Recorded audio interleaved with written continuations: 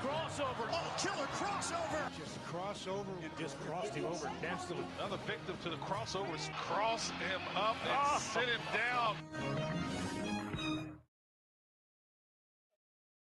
Dang it, I can't get the right emoji. For Everlevel? Hate it when that happens. Crossover powered by Everlow Concrete Repair in Omaha at everlowconcrete.com. No, because I'm responding in an emoji, and I sent the emoji I didn't want because it doesn't make sense.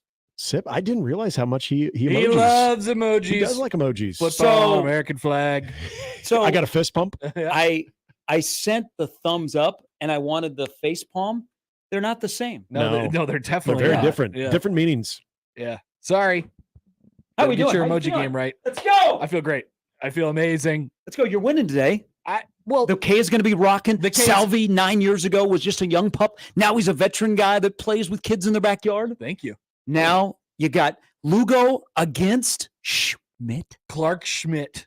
Who has been injured for most of the year. Lugo has been dealing. Nobody doesn't has give up home starters runs, doesn't anymore. give up walks. Except for the Kansas City Royals. Well, Nobody has any starters. the There's two Padres. TBDs today.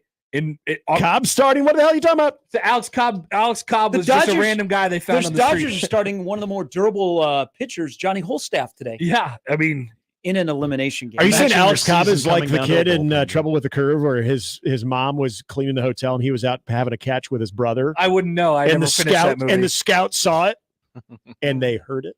I wouldn't know. I never finished I that didn't see movie. his curveball. Where are we I heard watching the it. game today? In my cold, dark basement Hell yeah. by myself. Do you have a finished basement? With possible appearances from my child Okay. and or my wife, but that's it. Nobody else. Selfish. Nobody else. Selfish. Me and my own emotions. Good luck today. Thank you. Place will be it'll be like San Diego last night. It's gonna be awesome. It's gonna be really cool to watch. And I don't know. I'm trying to not have expectations, but I do think there's a chance that they could win each of these two games. So I'm trying to not get my hopes up too much. And then if Cleveland wins, the ALCS would be between you two. That'd Yeah, be a great. I rating. wouldn't really really enjoy like it. I that. think it'd be fun. Why wouldn't you But- like it? So you can't be very enthusiastic right now Why? because you have to win today. Yeah. And if you don't win today, you got Scooble Pants coming back. Yeah, in game Scooble's five. game 5. Yeah. So I don't know. How are they getting out of that? Scooble, he was. No, he making was a lot- He incredible. was making a lot of motions to the fans. It's gonna be really tough on him when he That's comes what he back. does. He loves yelling I know into he the does. void. Yes, he he loves does. yelling into the void. Yeah, this is a must-win, but I feel good. Well, I mean, it's literally a must-win. It's But Cobb, man. It's yeah. Alex Cobb Day. yeah, It's like when we have Corey Kluber Day. I always get psyched for Corey Kluber Day. I'm just going to make this an Alex Cobb Day. all right. Just like I was Matthew Boyd Day. It's do you- Matthew Boyd Day. What are you having for lunch? Cobb salad? Cobb salad. See, there you go. I like it. People still have Cobb salad. Depends on how quality the bacon is. So Cobb salad's got the egg in it, right? It's got the egg, the blue cheese. You can put some Kinda- bacon. That's The ham. overpowering. Overpowering. It's a lot going on. The There egg is and the a lot blue going cheese on. is overpowering. I feel like though places I've gone recently that you get like a side salad. little wedge. Yeah, they're not real creative anymore. Oh, Usually no. with the Cobb salad, it's like built up. Yeah. But the regular just garden salad now, it's like throw it together. Cobb salad, you're going to have to like a lot of lettuce, just like the wedge, because the chances are you're going to get a lot of lettuce at some point that's undressed. I mean, but isn't that why you get a salad in the first place? You Yeah. want a bunch of lettuce? I guess, but I mean, I'd rather have the bacon I was bits on looking there. more for the beans. I don't want it for the Looking bacon at the bits. olives. I want the bacon bits or the sunflower seeds on there. The sunflower seed topping On the is ranch is classic. great. This is why I Why love a don't we good do salad a bar. power ranking of items on a salad bar? All right. Well, I mean, okay. So what are we Eggs. assuming about the salad in the first place? It just has lettuce. That's the Yeah. starting So point. okay. Yeah, So the lettuce aside. Can we draft meats? Is Yes. dressing involved? So okay. What's the most recent salad bar you've been to? Salad bar? I have no idea. Probably Like the Drover has a good salad bar, but like let's say Jason's Probably Brother Deli. Sebastian. Spaghetti Works. Okay, Yeah. Spaghetti Works is a really good salad bar. Pizza Ranch? Brother Sebastian. Pizza Ranch. I have absolutely no Pizza idea. Ranch there, they have shredded chicken. I haven't created a do salad they? for Oh, wow. myself. Maybe the Yeah. salad bar is better than the actual chicken there. I get the little packaged salads from like Costco. They come in the 2-packs. Oh, okay. Yeah. Yeah, I'm trying to find the right one on that one. Okay. So if I could draft chicken, then I'm going to draft Something- chicken. See, I like, and you guys know what I'm talking about, the good ranch. Okay, the good ranch. Something about the salad bars always have the good ranch. When I get like a packaged one, everything that I want is there, except they never have the good ranch. It's always like a different, You're not so quite. Nebraskan. Oh, I love the good ranch. I don't really want ranch on my salad at all. I do. I go blue cheese on the side. No. You don't put any. So the dressing's on the side? No, because I was convinced once that you would save some calories by putting it on the side. Love an Italian. Love a house. Okay, all right. Whatever the house thing is, I don't care. I don't really have an opinion that much on the dressings aside from I know that I don't want ranch. Laszlo's has like a creamy garlic thing that's pretty good. It's decent. Now, Yeah. Part of I agree with you on the chicken. I like the sliced eggs. Yep, I do not. But I'd rather not. Where are you at with the person? And I might be describing myself. I want macaroni salad. Not. When you are at the salad bar and you're waiting as you move through the line, that you maybe start eating part of the salad. Oh, definitely. Like that cucumber all of a sudden pops into your mouth. Or like Nick alluded to, the sunflower seeds. Instead of putting them on the salad, you put them in your hand and pop them in. Wow. I've never done that. I don't. It isn't natural for me to walk through the salad bar and like grab a cucumber. Well, and you don't snack? a carrot. No, I don't. You don't snack in the line? I didn't even know that was a thing. It feels a little inappropriate. Yeah, I believe there's a section for you people that do They that. already got the sneeze guard. It's not like, I do love a cucumber on there. That might be my second pick. I think I get so excited. I'm the only time I will have this particular item is on a salad as well during the salad bar. Cottage cheese. No. With little bacon bits on it. Nope. Telling you. Never. But it alone, like, oh, would you like fries or cottage cheese? Really? Give me fries. fewer and fewer salad bars, though. It's COVID. I could attest to that. I haven't been to one in years. Unless you go like to, name just escaped me, Whole Foods. Whole Foods has a good salad bar. Whole Foods. Yeah. Whole Foods has good food. You know what? I used to do like the Hy-Vee salad bar for lunch a lot, but now I don't eat lunch anymore. Remember lunch? Yeah. Wait a minute. Does Hy-Vee still have a salad bar? Yeah, I think so. Most recent attendee to a Hy-Vee. Oh, maybe over they here don't. I don't think they. Oh wow! I guess I haven't thought about it in a long time. Yeah, I don't think they do. Maybe the super Hy-Vee. I used to run the salad bar. Did you? I did when I worked at Hy-Vee. I was in charge of the salad bar. Mitch Holtzis is a big Did you have to move Hy-Vee the salad stuff fan. that people had dribbled outside of the container Oh back yeah, in? you got to go in there and clean it up and refill the things and whatever it might be. And then if you were in charge of salad bar, which is my job, you had to watch that the whole time.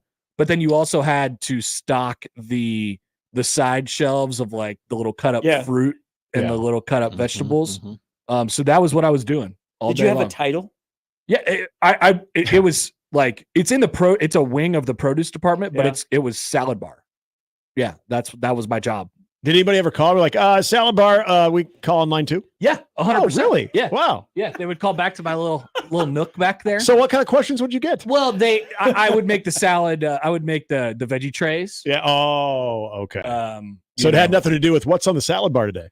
Oh, yeah. Yeah. Oh, really? Yeah. I mean, there would be that. I mean, you still get people to call up the radio station, want to know what time and what channel the Who's game's pitching on. tonight? Where can I find the Royals game? Sure. Yeah, stuff like that. I'd be happy to answer your questions. But then I'd go out into the store and somebody would pull me aside and they would say, "Where's the frozen chicken tenders?" or something like that. And I'd be like, "I don't know. I have never been anywhere else in the store. I only know I that just section. know the salad bar." Yep. This is my But quadrant. they always tell you the customer service, like you're supposed to walk with them to the place. And I would basically be looking for it with live. Them. Yes. I'd be like, God, I hope I find this. Yeah. It's like, I think it might be down here. Yeah. Okay, let's go. You guys didn't have to take a quiz on where everything is located in the store? I never got that. No. I feel like maybe that's a failure on their part. Well, especially if you're one of the runners, the online shopper people. Yeah. See, that wasn't know where everything is. That wasn't a thing when I was working at the V. Yeah. Speaking of The V. The V. That's what they're calling it, right? You have created quite the firestorm, Josh, by your tweet yesterday. With I always do. Hulk Hogan appearance in Omaha, which right. nobody knew about. You'd think they'd want to buy advertising at maybe a sports okay, station. Josh. All right. Hey, it's gonna be one of those days. Just warning you, but that's okay. So let's see. I don't know who needs this, but Hulk Hogan will be in town next week. Meet Hulk Hogan, October 16th, 12 to 1 p.m. for the launch of Real American Beer. I am a real American. So this is 1 week from For today. the rights of every man. Do you think the location has something? Like, is that a strong Republican Hy-Vee? Where is this, Josh? That'd be the 108th and Fort. 108th and 4. Oh, He'll good. be at the good Hy-Vee. Wine, Beer, and Spirits. Hey, remind me to tell you a story about that Dinner after time. we're off the About air. 108th and 4 Hy-Vee. Just the question Gary posed. Oh, I mean, you can't take Hulk Hogan to a Democratic Hy-Vee. No, Like, no. I don't know how Hulk many of those Hogan we has have. if there's Hulk Hogan has to go to a red If Hy-Vee. there's a blue not a dot blue sign, Hy-Vee. yeah, there's a blue dot sign in that in No, front of he that needs, Hy-Vee. Then, he needs one of those Japanese flags outside. You people are idiots. What's the most lib Hy-Vee we have? Hey, I'm going to put a Japanese flag No. outside my house. It's not Gretna. You don't think the Super Hy-Vee no. is? No. It's not Gretna. No. No. Not There's many, a reason people move Yeah. outside of the city. not many limits, blue Gary. dots in Gretna. Again, I have a story. I'll tell you. Okay, later. maybe 83rd and Cass. I was gonna say okay. 78th and Cass. Yeah. 78th and Cass. The old Penny Park, yeah. 50th and Center might be in the running. Yeah. Oh, that would hit the home run, yeah, because that's so I'm in between 90th and Center and 50th and Center. The 50th and Center, somebody once told me, and this is before Gretna opened, that is the busiest Hy-Vee. Really? 50th and Yeah, Center? 50th and Center. Really? Now, It just is has the always worst busy. It's always the Yeah. smallest. Yeah. Well, Yeah. it's like the busiest with the smallest parking lot. Yeah. Yeah. 100%. Okay, so Well, no, so the it's just blue there dot Hy-Vee is 50th and Center. The red dot Hy-Vee, with the hair Gretna. swath. There's no dot about it. The hair swath. Yeah. You don't need. Yeah, you don't actually even need the one there at any of them. I think most of them you already know. The blue I dot needs must to not be know known. many red dotters from Gretna. There's no red dots. There's no such thing as a red dot. Have you seen signs? Not here anyway. There Oh. might be a red dot in like LA or something like that. Mm, Not here. There's no red But I dot think in LA. I think you're missing the yeah, plot here. yep. There's no red dots But, in LA. but let's be honest. Okay, so younger Gary, way younger, would have been fired up for Hulk Hogan. Mhm. Older Gary is like, why? But shouldn't this be? You're right. Will this Brooke should be be there? like advertised more. Hulk Hogan's going to be in Omaha. They had a poster. That's Like, good will enough. Governor Pillen be there? They just Well, yeah. Or Will will it it be be? a political rally as well? Will they proclaim it as Hulk Hogan Day? Will Gene Stothert give him a key to Will, the seat? will he I don't know. She'd steal have to be a here. Stone Cold Steve Austin move with his beer? It I got feels questions. like what we're doing. So I've been told that we Are you so back, how are do you I back get, on the blue and the red? no Okay. no it's an email from the Royals. Okay. Um, Oh. They're like, hey, Connor. well, they've How already you told me doing? that I can't get ALCS tickets. By the Oh, way, sorry, buddy. so yeah, they're just sending me like, hey, here's the game. It's like I already know. You don't have to send me an email about it, but it's appreciated. We'll tell you who's starting though. Thank you, don't get tickets. Royals. What was I gonna say? Great question. Ivy, Hulk Hogan. Hulk Hogan. Terry- Oh yeah, 50 Oh. cent 50 cent booze. Yeah, Where's hold on. that? We got takes on if it's a blue or a red Hy-Vee. Oh yeah. We have hit a. Which I one? think we have stepped on the third rail today. Oh no. Oh no. I have somebody that's disputing that the Gretna would be a red dot Hy-Vee. Really? I would hear the case. Yeah, I would. Yeah, I'd be interested in let's knowing hear this it. too. Why? They said it's more likely a Ross Perot. It's Ross Perot. I understand that. Tiger Shark Diver says That's a good Ross I'm a billionaire. Tiger Shark Diver says 192nd Pacific is the most MAGA Hy-Vee. Yeah, Wait, let's- which one? In the interest- 192nd Pacific. Oh, okay. In the interest of equal time, What's the most MAGA Hy-Vee? But Gotta be I an think that's a Elkhorn fair Hy-Vee. question. Is why is he going to that Hy-Vee? Because uh-huh. there's probably more Oh, high profile Hy-Vees. Really, right. They probably just Yeah. paid for it, right? I'll bet he's Yeah. going to multiple Hy-Vees Okay. and then the wine, beer, and spirits. I He'll just be think there from 5 to 6, Hulk I Hogan's believe. going to be here. Like, he's going to spend the day in Omaha. So is he Be a big- pitching Hulk a Hogan's, liquor? it's like Jose Canseco. Yeah, he's got Who a beer now. It's a beer. Yeah. Oh. Real American beer because there aren't enough of those. No, Yeah, there's like- not. No. If Jose Canseco had a poster and he was like, I'm going to be at your Hy-Vee today signing autographs from 2 to 3, would you go? Yes, Yeah, I would. I would. Yes, I would. I would. Great. I'd say, tell me a story. I would Hey. not. I would not. because I probably have to because he follows everybody on Twitter. That's Yep. right. You would just try to get that sweet follow. Here's an idea. It's during our show. What if we sent Peterman out there or something? Man on the street. Yeah, just Should. Why not? Why held not? a tiny Hey, mic up. I to mean, Hulk Peter Hogan. Man would Yes. love that. Yeah. Tiny Mike with Hulk Hogan would be great. Why not? Why not Company Man Joey? He works at a Hy-Vee. That's true. Can he get us Hulk Hogan? Oh, he's getting Cliff to call us. I guarantee he can get Hulk Hogan. Got some guy who works with the scrapbooks and goes to college football games that he wants to be on the air. So Yeah, Joey can do anything. Cliff. Cliff's going to show us his scrapbooks. Andy Kaufman? A different guy. Now, at least I think. Back to what you were saying, Connor, because we all had the same reaction. Hulk Hogan's going to be at a Hy-Vee. Yeah. 50 Cent. Remember when 50 Cent caused a huge scene by he was partnering with Hy-Vee? It was quite the stir. We all went, what's going on here? I mean, Hy-Vee has some random people they get in line, like Mark Wahlberg and his protein. That's why the bags of Doritos are $6 a pop. Yeah. Very mega of you. In this economy. Oh, yeah. But is so in the wine and spirits where Hulk Hogan will be, is 50 Cent's cognac still there? Is it still a big deal? Cognac. Oh, I'm sure. Yeah. I'm sure. It was the yak. I bet you could still wrangle a bottle. I bet you could. You know, they had all. I bet I know where they are too. So our Power 106 did a remote there, but they had all these stipulations on what you could take a picture of him, ask him. You couldn't ask for autographs. Really? None of that stuff. Yeah. Could you ask him his opinion on Floyd Mayweather? If you could read one page of a Harry Potter Potter doing book. the remote for Power probably didn't know who. Come on. Because I remember this. I remember when this happened. This was not long ago. I was working here at the time. Yeah. Yes, because it was like towards my last days at the other radio station, and I was doing Hy-Vee ads, and one of the Hy-Vee ads was I had to promote that Fitty was going to be there. Didn't you have something with weren't you in the cookbook or something? Whoa. I feel like I opened up a Hy-Vee magazine once, and there was like Nick Hanley's favorite recipe. Yeah, what was it? I'm trying to remember what we put in there. Yeah, there was. You're right. Hey, thanks for getting the cookbook, by the way. I saw it somewhere. I flipped through it. Yep, I thumbed it. They had a very low bar of celebrities in our. Yeah. No, it was good.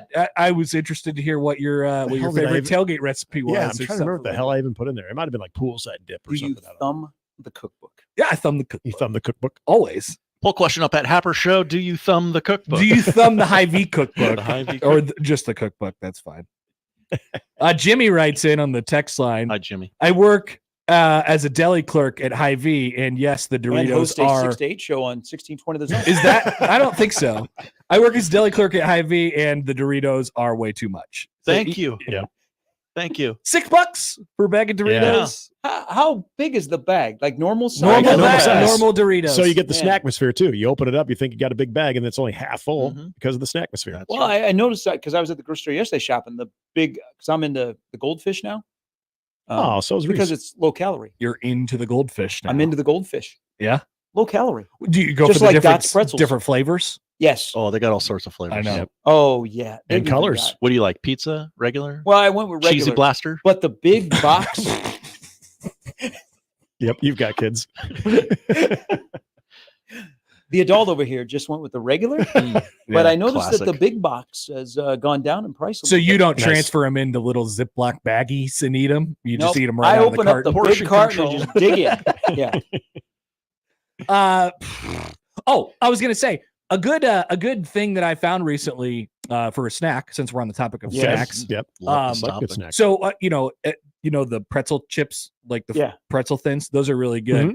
In that vicinity at Costco, I found it was like chocolate chip cookie chips, but they're not like chips, but they're not full cookies either. They're like snackable, and they come in the same little bag as those pretzel chips. Really? And you zip it back up, and that's it. Those are they thin? Like delicious. That too? They are thin. Oh wow! They're thin and a bit airy. They're light. Okay. But obviously, if you stuff 8 of them in your mouth at the same time, then they're not quite as airy. Half the guilt. Exactly. Right. Exactly. Great. That's just a little heads up for everybody. That's good to know. Also, I love to go to the grocery. I don't like. I do most of the bulk shopping like at Costco, so I just get the big stuff and whatever. But then eventually, you'll have to sneak over to Hy-Vee, and then I take a cruise up and down the aisles.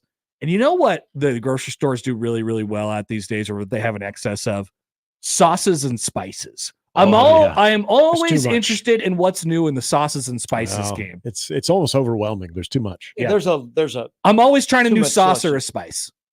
Okay. Well, that's where I think the samples come in. I'd like to be able to sample it first before I commit to it. See, I always go Yeah. in. I'm always You like, do? let me get the whole thing. So if it's garbage, you got a whole jar of whatever, and you're like, Yeah, I mean, I'm pretty Wanna do this? selective with what I'm choosing. Like, it's got to be up my alley. But there was a jar of I'll buy the whole salsa thing. that I was like, oh, I mean, that can't miss, and it missed. And I had a whole freaking jar of this thing. I noticed. that's I'd do it. tough. Yeah, That's tough. speaking of samples, I caught somebody. I was at Ditmer's the other day over there in Council Bluffs. Oh, did you get some apples? Did you get the apple donuts? No, you know we end up getting fresh flowers. What? Exciting. Okay. But we did walk through the apple orchard. I don't know what it was all purchased, It's apple picking but they, season. where they sell the donuts, they have the pumpkin or the apple. Yeah, the donuts. apple donuts are big. Sure. deal. So they have samples that are right there by the checkout. And so I watched this lady who was not. She didn't do it right because I would be sneakier. She went up and stood in line and took the toothpick and got a couple of samples, Mhm. then walked away. Looked like she was shopping, looking at some apple cider. Next thing I know, she's back in line, different toothpick, doot. Then walked over and looked at the come caramel on. apples and then made her way around. I tried to make eye contact with her because I caught her. Yep. She got back in Hey, line. she's You just wanted playing her the to game. know. She got back in Wow. line. She's And I'm just like, I oh, okay, respect now it. you've made a full donut and you are cheap. I'm gonna guess in her 50s or 60s. Wow. I don't know on age. Okay. I only see beauty. Blue dot or red dot? Yeah, Well, I was in Iowa, so more than likely red dot. could be anything. Yeah. A swing Well, that's state? true. I did not know this growing up in Iowa. They were so Republican. I didn't Oh, really pay much It's the attention, but battleground. people go, "Oh yeah, you must have been a Republican." I'm like, "Because I'm from Iowa," and they're like, "Oh yeah," and I'm like, Interesting. I don't know. Interesting. I've Hey, pay me received with that brush. a text from Jimmy, the deli clerk at Hy-Vee. Yeah. Hi, All right. Jimmy the deli What's up, clerk. Jimmy? Connor, how much can I pay you to do a deli clerk announcement every day of the week at Hy-Vee? Now, I don't know if I want to sign on for every day, but I will do this for free. Oh yeah. I will send you audio. Just send Well, and me, you're an alum too. send me the scripts and I'll read you some because I want my voice at Hy-Vee. That was my favorite part of working the Italian Express was getting to get on the intercom. Get on the horn. And be like, okay, everybody, hot and fresh pepperoni pizza. Get it hot. $5. What if you also got to? Hey, those ones stand out too when you're shopping. You hear the ones that really pop. It's the normal ones that just in one ear out the other. But if you make it fun, people listen. What Welcome if to you your also Linden got Market access Hy-Vee. to the Hy-Vee playlist? Because Hy-Vee has upgraded their in-store music. Yeah. Is it I still mean, they're- music? Is it still from the? Is it still 80s yacht rock? It depends on what store you go to. Yeah, Interesting. they'll spike in a 90s song every now Yeah. and I then. mean, Hy-Vee music. It's they're- all over the yeah. place. It literally is all over the place. So they've just gone further. You know, like one of my favorite radio stations used to be an oldies station, but now it just KGOR? yes, now it just plays 90s stuff. 90s music. Yeah, One of my but favorite. come on, they Which used is to a play good- the good stuff. But the from the 90s 60s. 90s is a good era though. One of my favorite. Yeah, but Twitter it's not bits- what I want on It's the. not oldies. it's I not know. what I right. want. I know. Jack Mitchell does the. This is what the music's playing at the Yeah, grocery yeah, store. yeah, The- yeah. A very good bit. It's a good bit. Muzak is. I don't even know if the youngs know what even Muzak is. Right. You know what? Maybe we ought to create a Hy-Vee radio station. Like you go to Walgreens. Yes, Walgreens they- has yeah, their they- own music station. They do. Yep. And then they have a guy like pops in and tells Yeah. stories. And Hey, it's so and so from Walmart. what I would like also, now that we're talking about this random stuff, is I want to know more about the gas stations that have the TV. Oh yeah, when you start filling up, it comes on, Oh, Yeah. you've been on gas stations, and then you can before? stay up to date on what's going on in the world I was at one. during your $30-$40 purchase. I was at one. I think it was when I was driving out to Colorado. I think it was in like North Platte or something like that. And I start pumping the gas, and all of a sudden it's like, "Hi, I'm Nicole Auerbach and Josh. What's his name? Perry. Oh, Josh Pate From Perry. NBC Sports," and they were doing Oh. Big Ten takes. Oh, they know you, and it was At the just gas for pump? you because Yeah. they're like, well, this is a Big Ten guy. I was like, "This is perfect." Yeah, wow. yeah, So do you think like it would have been different if it was your wife that was getting out to pump the gas? They would like maybe. they gear it towards the Yeah. like This is Whoopi Goldberg from The there's some View. eye that's watching and they go, okay, this seems like a Yeah. late 20s, early 30s Probably. future mom. Yeah, I'd say this. They'd probably just throw a blanket over it and just This is you Good know, Morning target- America. They just target it from dudes. Now, did You you know? stand Wow. there and watch it then? Yeah, what they I have mean, to I say? was pumping my gas. What games were they previewing? Well, no, it was July. Oh, So it was Big Ten Media Days. Yeah, they were getting into the season. Yeah. Like, did you? Now, would you Did you have hear had what a Deshaun Foster moment said? if they would have said, "Hi, Connor, it's Nicole Auerbach from then No, the see, Athletic." That's the next step. Yep. That's the next step. Oh, okay. Speaking of which, did you guys know this?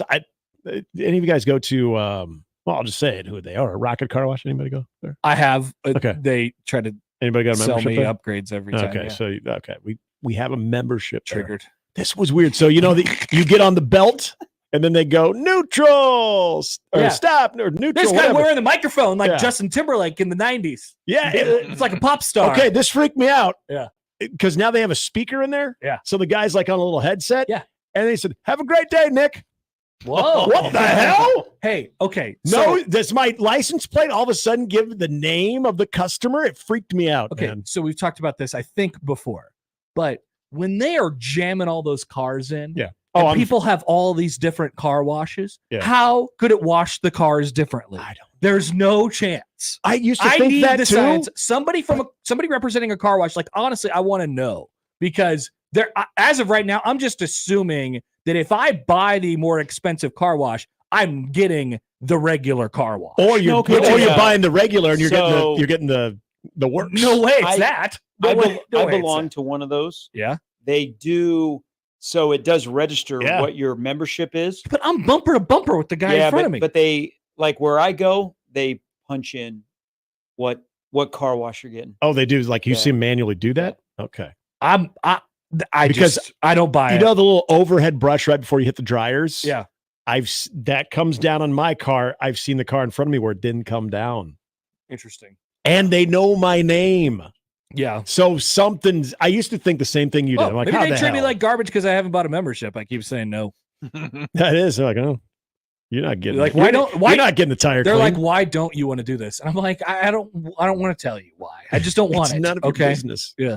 Yeah. And they got you because you have to stop there for them to put the lever up. Yeah. There's no way around it. And then they're going, Man. hey. And they're always walking around with the pamphlet. I appreciate their heart for car washes. Well, and they selling have car like the washes. little cameras on the side of each car coming through, and it must show which wash they get. It's all But computers. apparently, it says your name. Hey, we freaked me must out. be Omaha. The Omaha market must be a really good car wash market because there are nail salons and car washes that go up on a daily basis Yep. in this town.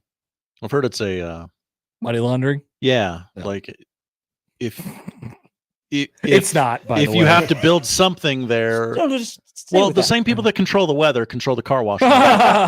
They like if you have the land, you got to build something there. So you build a car wash. If it fails, you can sell the corner lot for And- buku bucks. and still. here I Jeez, Marty thought Bird. All in right. season 2 of Tulsa King that it was wind turbines. I just feel like we're going to get in a little Ozark thing. All right, Marty. Got a text about a radio station that I used to enjoy. KGR. Yeah. I mean, so texture says, why not Hoiberg says I used to, and I just remember going on a holiday weekend road trip, turning on the old Casey Kasem America Yeah. Top 40. They were Casey like, Kasem. they would play a whole America Top 40 with Casey Kasem from a specific day yeah. Yeah. in a specific year. This and I day was like, 47 yeah. years ago. I was like, this is awesome. This is what I want. So I think my dad belonged to a club. I remember this as a little kid. He would get the record that had the latest countdown on. All the Wow. songs would be on the album. He'd get it in the mail like on Wednesday. So he'd get the top 40 songs in the mail. Yeah. is on that like an an album. old school version of Now That's What I Call Music? Yeah. Kind It of. would yeah. show up Feet and on it the was ground and keep 'cause it was a reaching for those big- stars. It was a big like Nice. a big like box. And that's he belonged to some club. So on You got me Wednesdays coming out of a he would dead get the top dog. 40 countdown. That's cool. Is They this, should bring that back. is this a hot take? Rick D's better than Casey Kasem? Yeah, it is. Yeah, Rick D's was better. that is. Rick Yeah. D's is Ryan better. Seacrest. How dare you? Rick D's is better. I grew up on Rick D's. And Bobby then it was Bones. Casey. Then it was Casey Kasem. What about Bobby Bones? Bleep that guy. You don't like Bobby Bones? No, I don't like that guy. Yeah. There are so many tests I had to take at my last job because Bobby Bones didn't know the rules and regulations of how Nice. to be on the radio. Oh, What about okay. John Tesh? Well, that's just intelligence for Intel- life. intelligence for your yeah. life. So when I was in Columbus, I had to schedule one of the stations, and we had John Tesh in the evening. He must be the reason why I get all these emails of these surveys. People would actually call in the station and want to talk to John Tesh. Oh, I always thought John Tesh was in live. Columbus, Nebraska. I just want you to know that. I thought John Tesh was local my entire life. After the break, I'll tell you which is a better breakfast, a bagel or a pack of smokes. I'm staying for that. It's intelligence for you got me through the break. I got to know. That guy rules. I think I know, but I got to hear it from him. I don't know, man. Rick Dees was the cock in the walk. I don't know. I don't know. I don't know. All right. As soon as I figure out how to spell Rick Dees, I'm putting up a poll question. Who even is Rick Dees? Rick Dees. Oh man, legendary. I forget LA how DJ. young you are. Was Rick Dees the cock of the walk? Rick cock in the walk, baby. Rick Dees. This Going is, up this is gonna at appeal to Happer our show? California listeners. I'll be curious how this poll goes. Rick Dees weekly top 40 I think Rick countdown. Dees was the cock of the walk.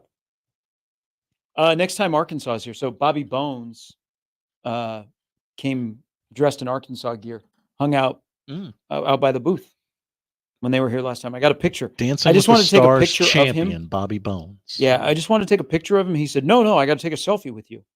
I said, "I don't like taking pictures together." Arkansas's for the College World Series. Yeah. I was like, we gonna get in Arkansas for a home and home? Now that would be fun. Why has that never happened? Well, You know what? Nebraska should play Arkansas. Yeah, I've mentioned that before. Fayetteville is like 6 hours away. I know it's a great trip. good trip. I would have never thought that was it. Have they ever Arkansas played and each Nebraska other? were that close. Nebraska and Arkansas? Yeah, in football. I think in a bowl game. One time.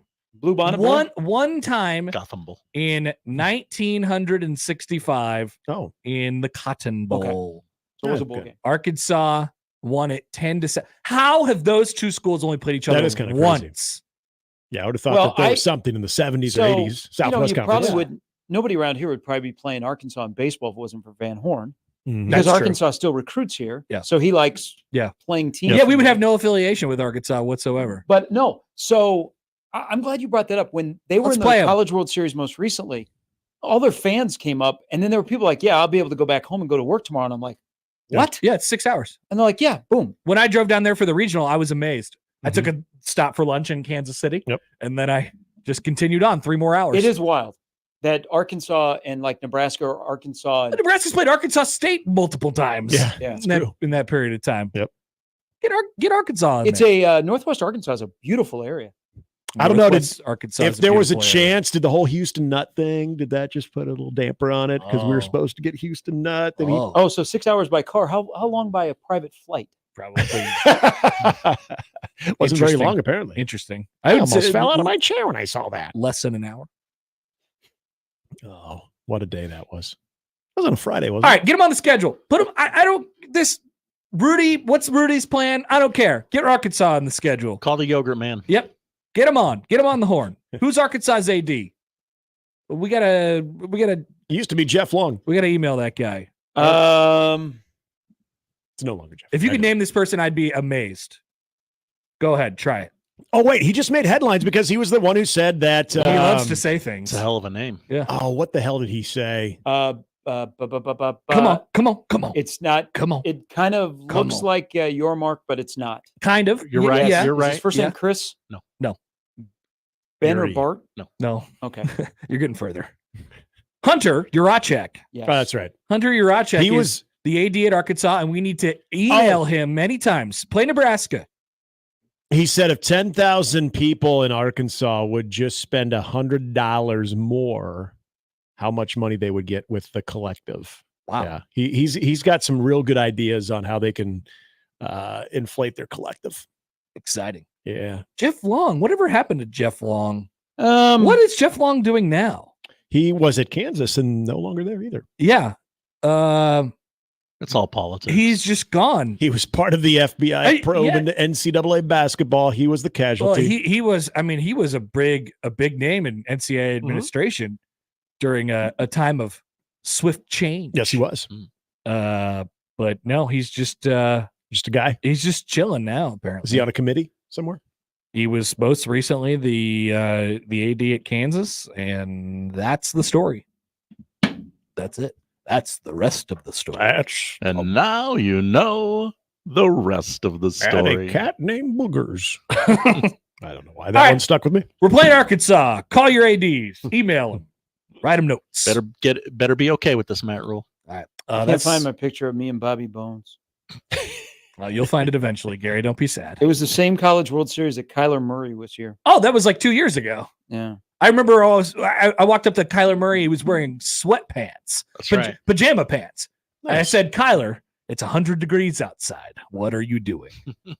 He said, I'm gaming. Yeah, we wanted to play Call of Duty. That's all. Yeah. I got a little, many, I got a little you know COD coming up. This would be a good little exercise. There are quite a few current NFL quarterbacks that have come to the College World Series as That's right. viewers. Baker. Kirk Cousins snuck in one day. Peyton Manning. Oh. Peyton Manning. Mahomes. Mm-hmm. Let's see. Dak Prescott. Adrian Martinez, a.k.a. Taylor Martinez. Baker Mayfield. Yeah. Oh, yeah. He's a staple. Kyler. Who else we got out there? I don't think Daniel Jones has been here. Nope. Duke hasn't been here. Duke's been a super regional a couple times. We get Daniel Jones here when Duke gets here. Then he'll bring Kay Adams. It'd be great. That'd be a good interview. Oh, yeah. That's right there. I think Kay Adams is trying to mack on everybody. She likes Whoa. question? What? Jeez. Is it? I don't think that's true. Is that a bad thing to say? Yeah, I don't think that's true. If that's her choice. Of course it is. Yeah, she's single. She can mack on whoever she wants she's, to. She's trying to court Shams, whatever. Daniel Jones with the beard. Real quick, if that guy's going to work at ESPN, we need to figure out, is it Shams or Shams? Yeah, it's Shams. Like as a society. Ask his good friend McAfee. All right. Looking forward to the Aaron Rodgers appearance, by the way. Yeah, on that show. can't wait. You guys have a great afternoon. You think Devontae Adams will be sitting next to him? He'll just be He'll there. peek out. Hi. I don't make personnel decisions. Yeah, he's going to say a lot of that. I don't know why the idiot media thinks I do. Yeah, He's going to mention a lot of people in their parents' basements. That's It's for sure. unfortunate it went the way it did, but that's just how it goes in the NFL. That's just what you do. We just move on from it. That's the crossover. Thanks. Powered by Every Level Concrete Repair in Omaha, everylevelconcrete.com. It's Wednesday. We'll start things off next.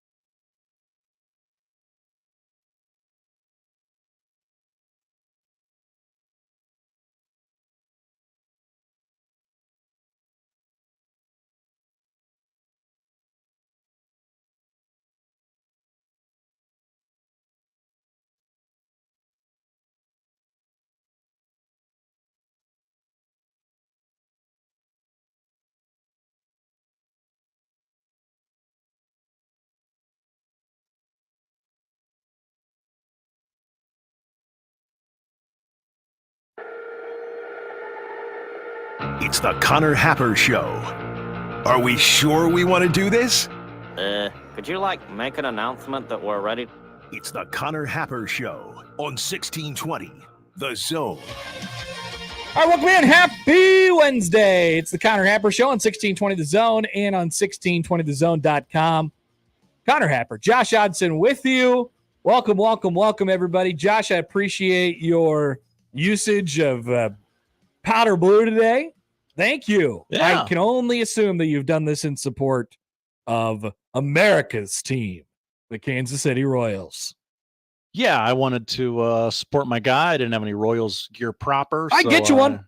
I got plenty. I need it like now, though. I don't need it to come in the mail in 2 weeks. I don't know if I can get it delivered down here. Maybe tomorrow for game 4. We could go to a rally house. We should do a show live from a rally house. That would be great. It would.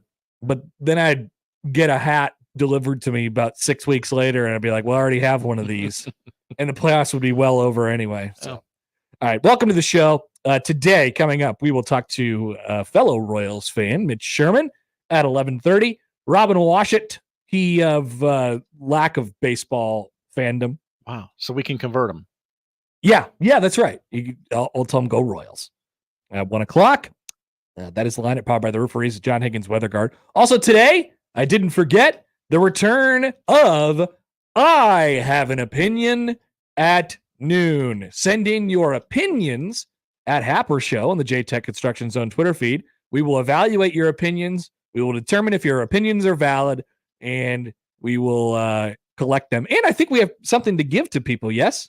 I believe we will get you into Rock of Ages at the Admiral. If you're interested. Next month. If you're interested. Mm-hmm. Early next month, so in less than a month. Right. So send in your I Have an opinions, and we will open that up at noon today. That's the lineup powered by the referees, John Higgins Weather Guard. Want to hear from you guys, 402-951-1620 on the 42 Degrees The Source hotline. You can call or text that number. Tweet at Happer Show at Connor Happer on the J-Tech Construction Zone Twitter feed. You can email Connor or Josh O at 1620thezone.com on the Equitable Bank Zone inbox. And we say good morning to the YouTube streamers today. What's going on, fam? What's up, brother? Can I get some? What do you want in the chat today, Josh? I don't know, let's get some explosion emojis in the chat. Really? Yeah. All right. What is the purpose of that? I don't know. Just something different than flame emojis. Can I get some explosion emojis in the chat? Send those in. You could watch us live at zonetv.live. Elsewhere on the show today, we never got into Project Rudy yesterday. It sounds just as cool as it is, Josh. Just as cool as it is. Okay. I don't love the movie. Not cool at all? Okay. Got it. We'll have a half mid-season analytics roundup for Nebraska football. Because you, Connor, love analytics. That's right. We'll be talking to Gus in just a few short days. And he'll be saying, Dylan Raiola. Can't wait. We'll talk some baseball from last night, where the San Diego Padres might have hashtag the smell. The Mets might have the smell. They've unlocked something there as well. Royals Yankees Blood Feud Game 3. You got bullpens starting games tonight across Major League Baseball. We got a 4-gamer today. This is exciting. The last 4-gamer of the year. The last 4-gamer of the year. The last time we'll have at least 4 games on the same day in this baseball season. Enjoy it while you have it. James Franklin triggered about travel. Rest in peace to letters of intent. Josh. Oh. Did you ever sign your letter of intent? No. I did. I'm not even sure it was real. I have no idea. I'd like a copy of that. I wonder if that's around somewhere. The archives? Did I get a copy? Is it in the stacks? I just gave it over to the guy, and they were like, all right, you are signed. You might have to go to the registrar's office. Yeah. I don't think they really cared that much. Wonder if it's still on file out there in Creston, Iowa. We'll talk about Heinrich Harburg, too, because apparently people love talking about that. All right. So he moves the needle, as they say. He does. He really does. And we want to hear your opinions. We will open up I Have an Opinion, the opinion bag, I guess, if you will, coming up in just a little over an hour. We're off and running on a Wednesday. talk about the baseball a little bit from last night and look ahead to tonight, where playoff baseball will be back in Kansas City for the first time since Game 2 of the 2015 World Series. And what I'm seeing a lot of in Royals coverage over the last 24 hours is sort of a tribute and a hat tip to the Royals captain, Salvador Perez, who has never left, and seems to be enjoying this moment greatly. So we'll come back with that and plenty more as we continue on the Connor Happer Show on a Wednesday on 1620 The Zone.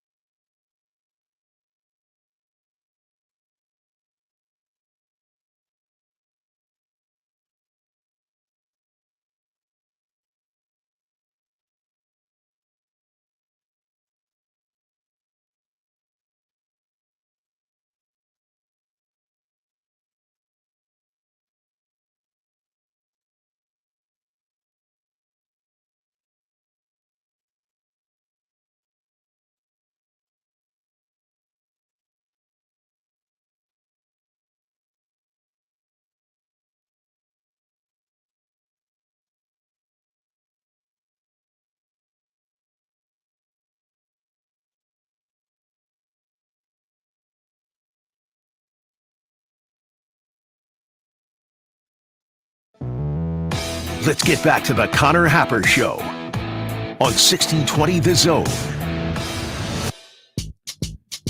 A lot of yelling and screaming in San Diego these days. I believe it's pronounced Slam Diego. Slam Diego, that's what they're calling it. The Padres jump on top last night with a 6-run second. Ooh. And then the Dodgers immediately come back with a grand slam from Teoscar Hernandez. And that's it. That's the game. That's the end of the game. 6-5. I hear more and more people these days saying there's just something about this Padres group. They might have it this year. And keep in mind, I feel like I need to mention this every day we talk about baseball, Josh, that it's anybody's game. So you might think the Phillies and the Yankees are the best two teams, or I guess I don't really know how you could say that in the AL. In the NL, you could be like, yeah, the Phillies have kind of been the best team in baseball all year long. So that's the obvious team there. But man, if we get which we're trending for right now, Josh, actually we're not trending for it thanks to the New York Mets. If we get a Phillies Padres NLCS, that would be pretty electric. And then looking forward to potential ALCS matchups. I don't think everyone just kind of wants to see TV ratings, I guess, or for excitement factor, you want to see the Yankees. And in the Guardians Tigers series, it's like, yeah, whoever comes out of that, that's fine. Someone's got to play the Yankees. Somebody's gonna have to play the Yankees, or the Yankees might not be there at all. But the Padres, they might have the smell, Josh. They might have it. People are saying this about them. Game 4 of the NLDS in San Diego, Slam Diego. By the way, not to go too far in on announcers and things like that, like Joe Davis is the voice of the Dodgers all year long, and he has the ability to retain his partiality when he does a Dodgers-Padres playoff series. I'm impressed. Great job. There were broadcasters for those games last night. Yeah, did you turn them off? Well, no, the volume was so low I couldn't hear them over the crowd. It was great crowd noise. I thought it was like a Peacock broadcast. No, they were there. They put the microphone right next to Big Drum. They were there. Mets Phillies getting pretty fiery in that series as well, as the Mets kind of cruise yesterday. How about Sean Manaea? All the talk about Sean, they couldn't get enough of this on the broadcast. Sean Manaea basically going Chris Sale and changing up his arm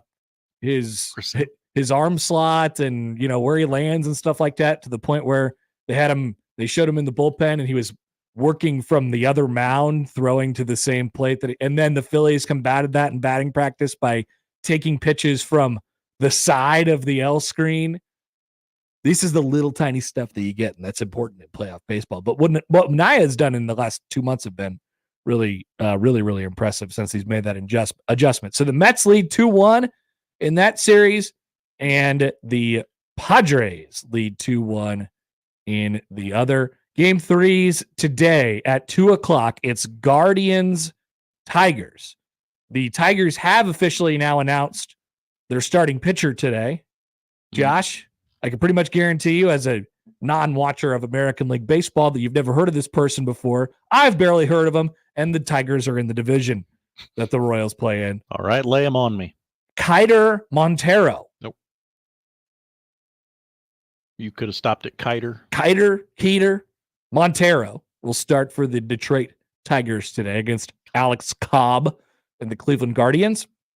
Man, you want to talk about a series? I mean, it's just like, who's the guy? Well, it's Tarek Skubal. All right, he's not around today. That's your guarantee. And then Yankees Royals tonight, where playoff baseball is back at Kauffman Stadium. Seth Lugo will pitch tonight for the Royals. In the span of 2014 and 2015, when the Royals went to back-to-back World Series, the Royals went 13-3 at home in the playoffs. Now, to be fair, they were very good overall during that span. They only lost the one playoff series in the World Series in 2014 to the Giants. They were 22-9 overall in that span. Pretty dominant postseason team, but 13-3 at home in the playoffs is a really, really good mark. And I think people are, they're going to see that again tonight. And like I said before, this has been the last 48 hours since the end of Game 2 have kind of been about, hey, playoff baseball is coming back to Kansas City. And let's take a look at Salvador Perez, who has been here the entire time. He is now, That's right. He is the Yankee, or he's the Royals, like modern day George Brett, I guess. I mean, elder statesman of the game. He's a potential Hall of Fame player. Bobby Witt Jr. will take that mantle. That mantle will be transitioned, I guess, in the coming years. But for right now, Salvador Perez wears the C on his chest. Jeff Passan wrote a story on him over the last day or so here. Kansas City honk, Jeff Passan. He is a Kansas City guy. That's true. That's where he got his start. He covers it up for the most part. That's right. Every now and then lets his freak flag fly. He maintains his partiality, Josh. Imagine doing that in a professional setting. It's important. It's important. Remember last year when I was at the end of the season sort of mourning the possibility that they could trade him, and it was kind of about to be over. I never said that they should, by the way, but I kind of was admitting to myself, hey, look, it's going to happen. I went to the last game of the regular season last year, and I basically said my goodbyes to him. I said, I love this guy, and he's done a lot, but it might be over. Perez said to Jeff Passan, quote, I talked to JJ last year about that when we lost a lot of games. A bunch of teams wanted me. but I don't want to go. This is my second home. He was asked yesterday in the press conference about what he remembers from 2014 and 2015, and he said everything. He said, I remember everything like it was yesterday. That's a guy who is he's young at heart. His legs are old. He's a lot bigger of a person than he was during that time. Who among us is it? Yes, COVID happened. Remember, Josh? But he continues to kind of defy the odds with his productivity on the baseball field, with his age and the amount of miles that are on him at this point. And now he has a chance to lead the team sort of emotionally as well. Forgive me, I do like where the Royals sit here. I do like it. Yeah. I don't, try not to be too homer, but I'm looking at it the next 2 nights and I'm thinking, why can't they win each of these 2 games and go to the ALCS? They got one of their studs on the mound tonight. They'll have the intangible of the crowd. And quite frankly, I think they have the better ball club. They're just better than the Yankees. Interesting. You won't hear that really from anywhere else. I thought that the Yankees were the Yankees. They have old no legs Giancarlo Stanton, and it's not his fault. It's not his fault. It's not Giancarlo's fault. People forget, Josh. And that walking paycheck Aaron Judge. So can the Royals do it for each of the next 2 nights? Yes, they can. Yes, they can. We'll see. We'll see. Bob Costas will be on the call again tonight. If you're interested, on TBS, 6 o'clock. Can't wait. Playoff baseball has been very, very good this year, Josh. We've seen a lot of big moments, a lot of great games. And, Major League Baseball's transition to making the regular season mean less to, the trade that you get out of that is making the postseason cooler and have better moments and have this unpredictability of what's going to happen in these games. I mean, it's absolutely come to fruition. Do you like it for the game? The old school baseball in me says I like it when you can't make the playoffs if you have a 500 record or something like that. I like it when you really can't make a run because the series are longer and the better team is going to win in these longer series. But we're talking 3-game wild card series, 5-game DSs, which has been the case for a long time. So you don't know who's going to be there. And that was the trade that Major League Baseball made a couple years ago, and they expanded the playoffs. And guess what? It's gave them some really electric playoffs. Regardless of who, does it cancel out who plays, because baseball would prefer the Yankees and the Dodgers in the World Series because they get incredible television ratings and they have stars like Ohtani and Judge or Yankees Mets, and whatever it might be. Baseball would love to have that. But what they're getting out of the rest of the playoffs is this unpredictability that makes the sport inherently watchable. It really does. Anybody could just glob on at any moment and say, oh, wow, this means everything. And chances are, if we're late in the game, with the lack of real dominant pitchers that we have out there right now, we're going to see some crazy shifts in win probability or, big hits late in games.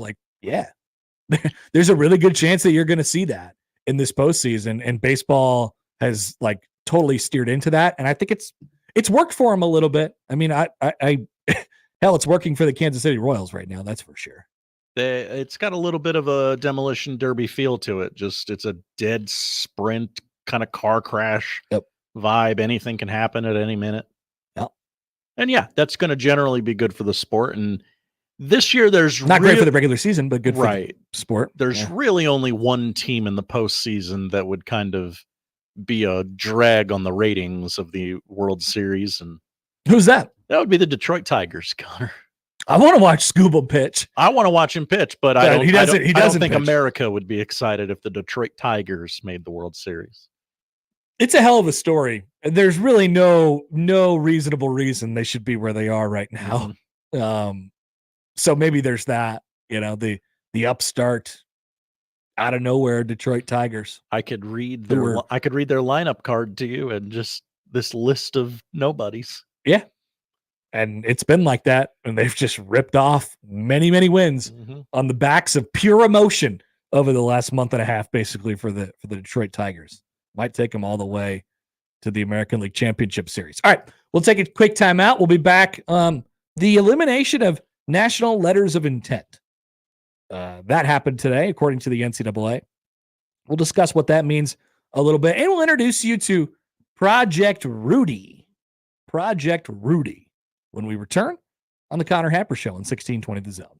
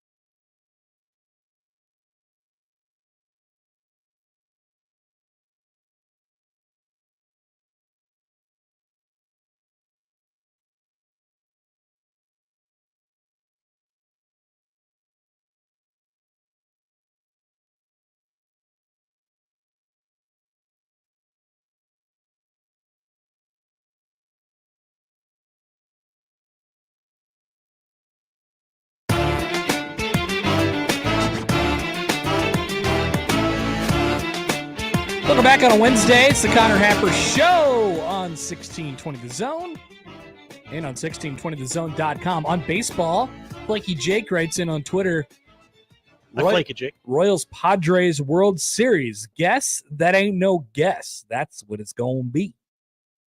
Royals Pods. Hello. I saw the Royals Pods play with my own two eyes this year. Oh, yeah? Yeah. How'd that go? They played in Kansas City. The Royals lost. Oh, no. Yeah. I think Tatis hit a home run like in the first inning. He does that. Yeah. He does. He does tend to hit home runs. So maybe little did I know back in June or July, whenever that was, I'd see a World Series preview. What a time to be alive. How fun is that? Boy, I did not think the Royals would be in the World Series. That's for sure. Was that a long way to go? Long way to go before then. Maybe Jake is trying to will this into existence. What a time that would be around here for kids running around in their in their Fernando Tatis San Diego Padres jerseys. How many do you see of those, Josh? At the College World Series, a lot. I working at Werner Park most nights for long swaths of the season, there is at least a kid a night with either the really colorful San Diego Padres jersey or the regular old like Tatis. Like they have cool jerseys. Don't get me wrong. They're like the Padres are the Oregon of our time, of our current time. Okay. I would agree with that. Yeah. I bought a Padres hat. I have a Padres hat. It's brown. Yours is the funny colored one. The City Connect one. Yeah. It just looks really odd on the camera, so Josh doesn't wear it. Yeah. Really sucks in the light. Josh, you heard of something called Project Rudy? Literally those two words put together. Yes. I don't have a lot of other facts. All right. Let me introduce it to you a little bit. Okay. Let me tell you exactly what it is. This is a story that Ross Dellinger introduced to us yesterday. We were going to get to it yesterday. Kind of just ran out of time. The architects of Project Rudy are Evan Richter and Kevin Mayer and Tom Staggs. They spent years working for the Walt Disney Company, much of it together, and now run a thing called Smash Capital. Smash Capital, an investment firm. Richter specialized in Disney's investment and innovation side. Mayer was the chairman of Disney's direct-to-consumer business, and Stagg spent 27 years there, most recently as its COO. Not unimportant, Staggs and Mayer founded Candle Media, a premium content company that launched in 2021 with the backing of private equity giant Blackstone. If all these words sound unfamiliar to you, that makes sense. Here are the concepts in which Project Rudy, the new order of college football, is based upon. Number one, arrange more games between power conference programs by eliminating all games against Group of Five and or FCS opponents, expanding the playoffs, and pitting blue blood powers more often against one another. Number two, consolidate the media rights of the 70 schools under one agreement. Once again, there would only be 70 schools in Project Rudy. The others would be cast off. Oh. Yeah. It's unclear who would be in this, but it's the gray line is basically the Power Five. You would consolidate each of the conference's media rights into one singular agreement instead of the current structure of the Power Five leagues having their own media rights packages. The plan's other concepts, tiered distribution with relegation, for instance, hinge on the cash boon from the two ideas. According to the slide presentation, they did a PowerPoint. Ooh. The proposed changes will result in an increase of media and sponsorship revenue of about $15 billion over a 12-year period. So basically what they're saying is when all these conferences come together and are under the same media rights deal, it will be even more lucrative and profitable for those schools and for the entities, the conferences themselves. But therein lies the rub, Josh. The Big Ten and the SEC specifically, and I would say all power conferences, very much enjoy negotiating their own media rights deals. Why? Because the price tag has gone up gigantically over the last several years, as many have noted. The Big Ten is paying out its schools more than $50 million a year now with its increased, revenue from the other schools, and therefore its increased value in the package itself. The Big Ten says we're the Big Ten and we have the best TV deal in the country. The SEC says the same thing. And their schools get to reap the benefits of that. In order for this to be even a remote possibility, you'd have to wait till next TV deal comes up, which isn't till the end of the decade or the beginning of the next, right? Remember, we went through this a couple summers ago, and that led to the realignment that we have seen over the last couple of years in college football. And then, and I think most importantly here, and is the biggest step to all of this that wouldn't happen, the conferences such as the Big Ten and the SEC themselves would have to give up their power and hand over that power to the greater good of college football, or in this case, the smash capital, whatever. Apparently they're seeing several presentations from several people. Almost all of them involve private capital, Josh. An upfront infusion of $5.3 billion in private capital borrowed from future media revenues would provide schools immediate cash during a 3-year transition period, helping them buy out non-power opponents, supplementing their annual television distribution. TV distribution, normally split evenly across conference members, provides schools their main source of revenue to fund their expenses. As we know, it is the driving force of the most recent wave of conference realignment, as schools eschew historic rivalries and geographic footprints to shift to leagues with television deals that pay them out more money. In this plan, in this proposal, the schools, the 70 schools, would be in a 3-tier system, and that would be their payout position. Tier 1 would be the top 16 schools of college football, the biggest brands, theoretically, right? Those schools would earn per school revenue projections from $130 million in year 4, escalating to $250 million in year 12, which is double the SEC and Big Ten's current distribution rate. Hello. As a conference, not even as a school. Tier 2, the next 22 schools would earn revenue in between 60 and 110 million, which is similar to the SEC and Big Ten rates right now.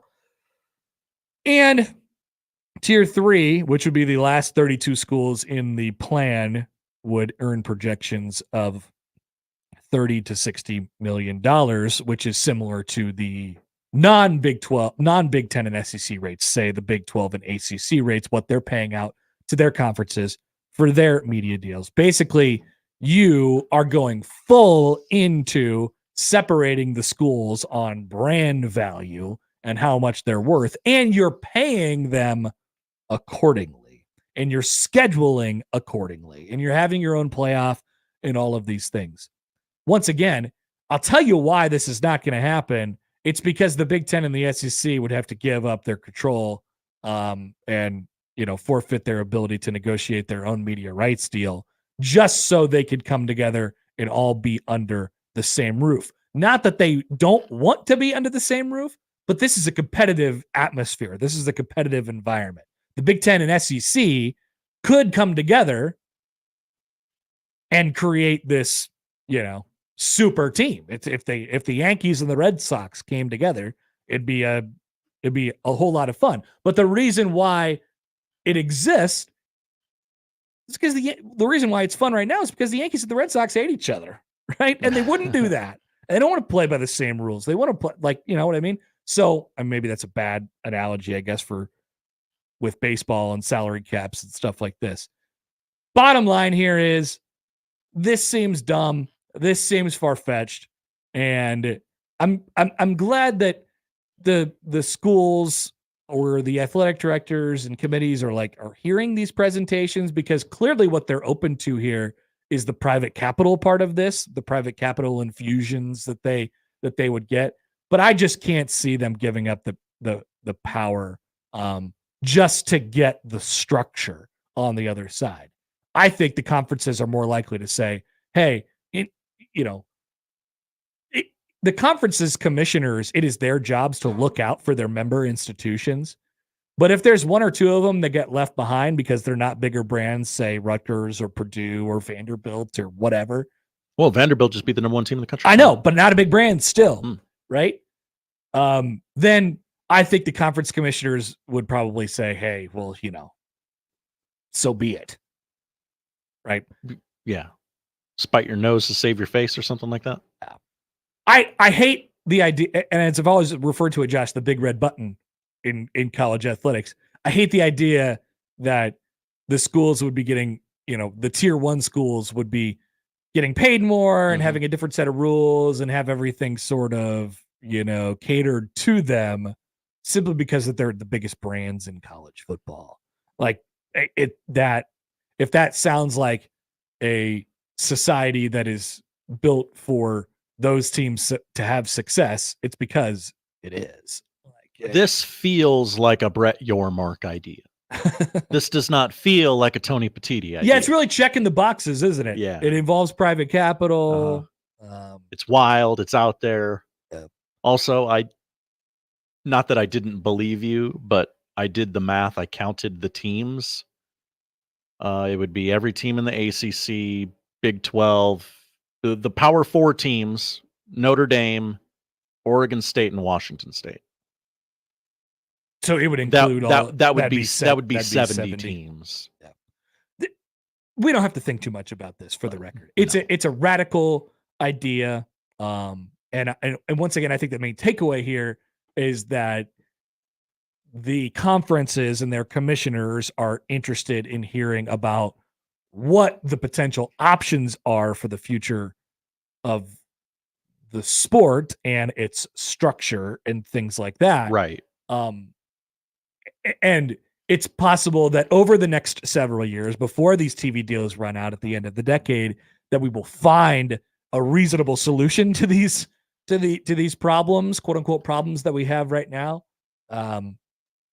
Frankly, I've said this since maybe this is short-sighted. I've said this since a couple summers ago when all the change happened with Texas and Oklahoma, with USC, UCLA, and then last summer with Oregon and Washington. Like,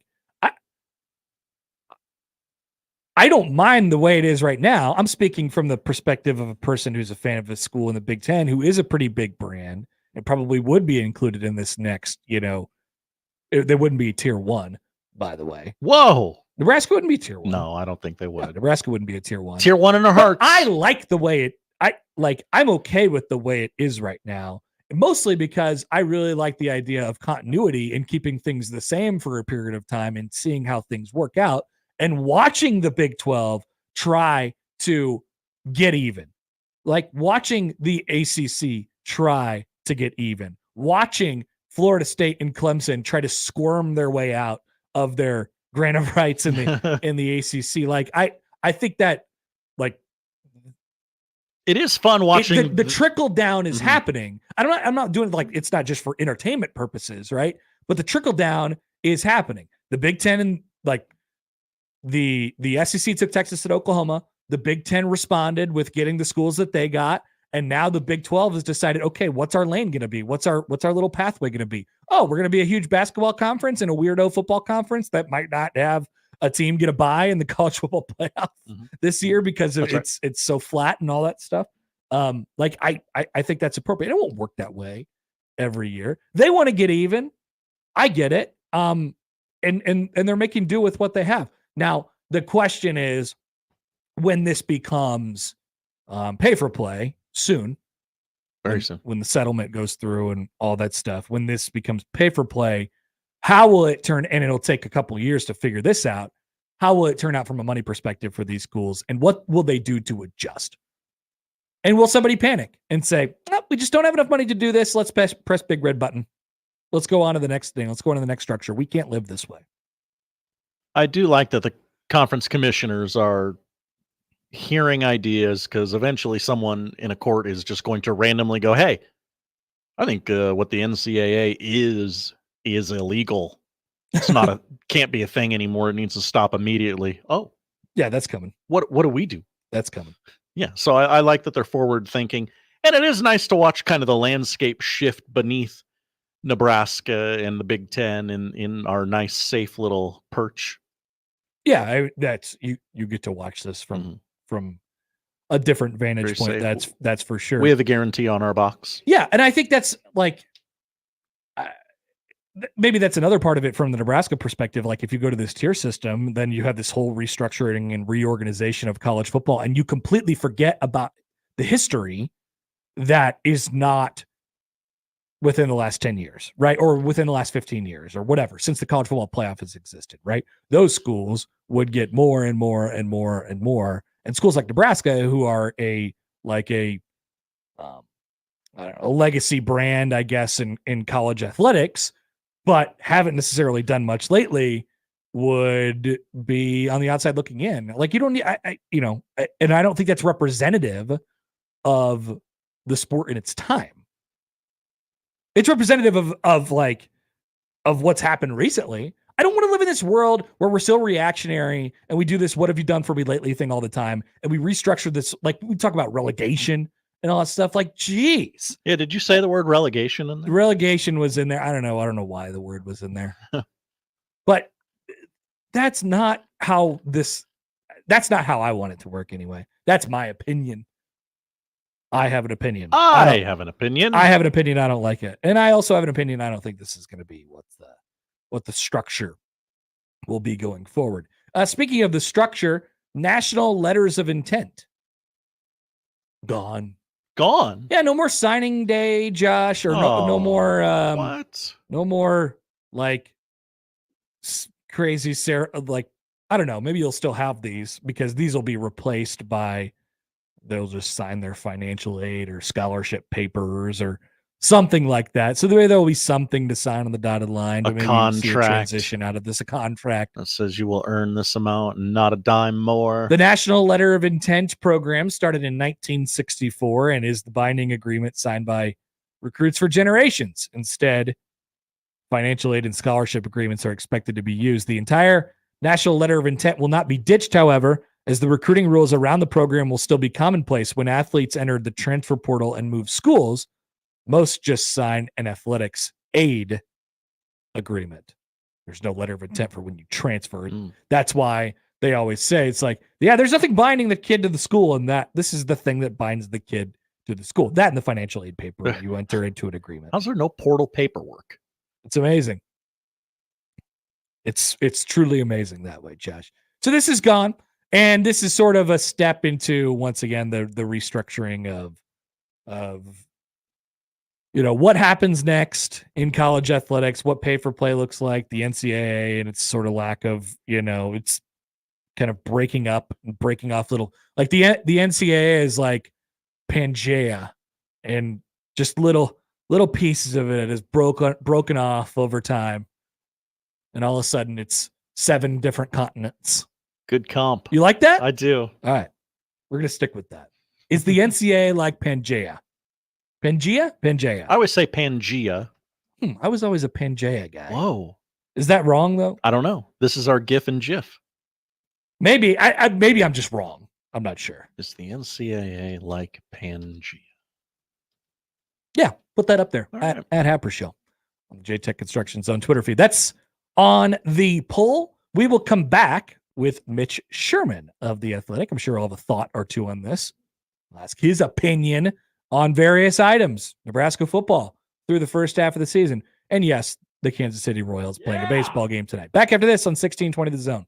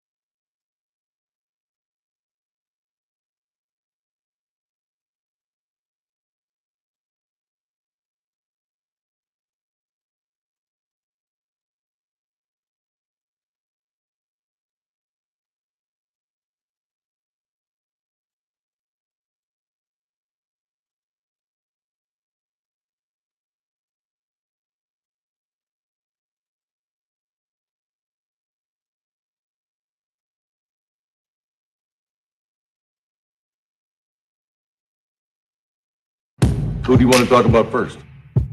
Mitch Sherman, The Athletic. He can play. And we need people that can play. And we'll never be royals. Let me live that fantasy.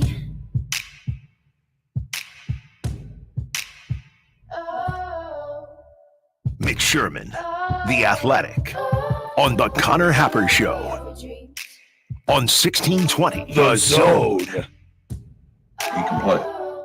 All right, we're joined now on the 42 Degrees of Source hotline by Mitch Sherman of The Athletic. Mitch, good morning. What's going on? It's still morning. I think so. I need it to be like 6.5 hours from now. I know. It's very clear. One time somebody asked me this, and I will ask you the same. Do you have the big game feelings in your tum-tum?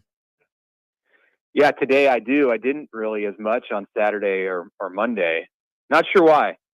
Saturday I understand why, because I was preoccupied, had other things on my mind.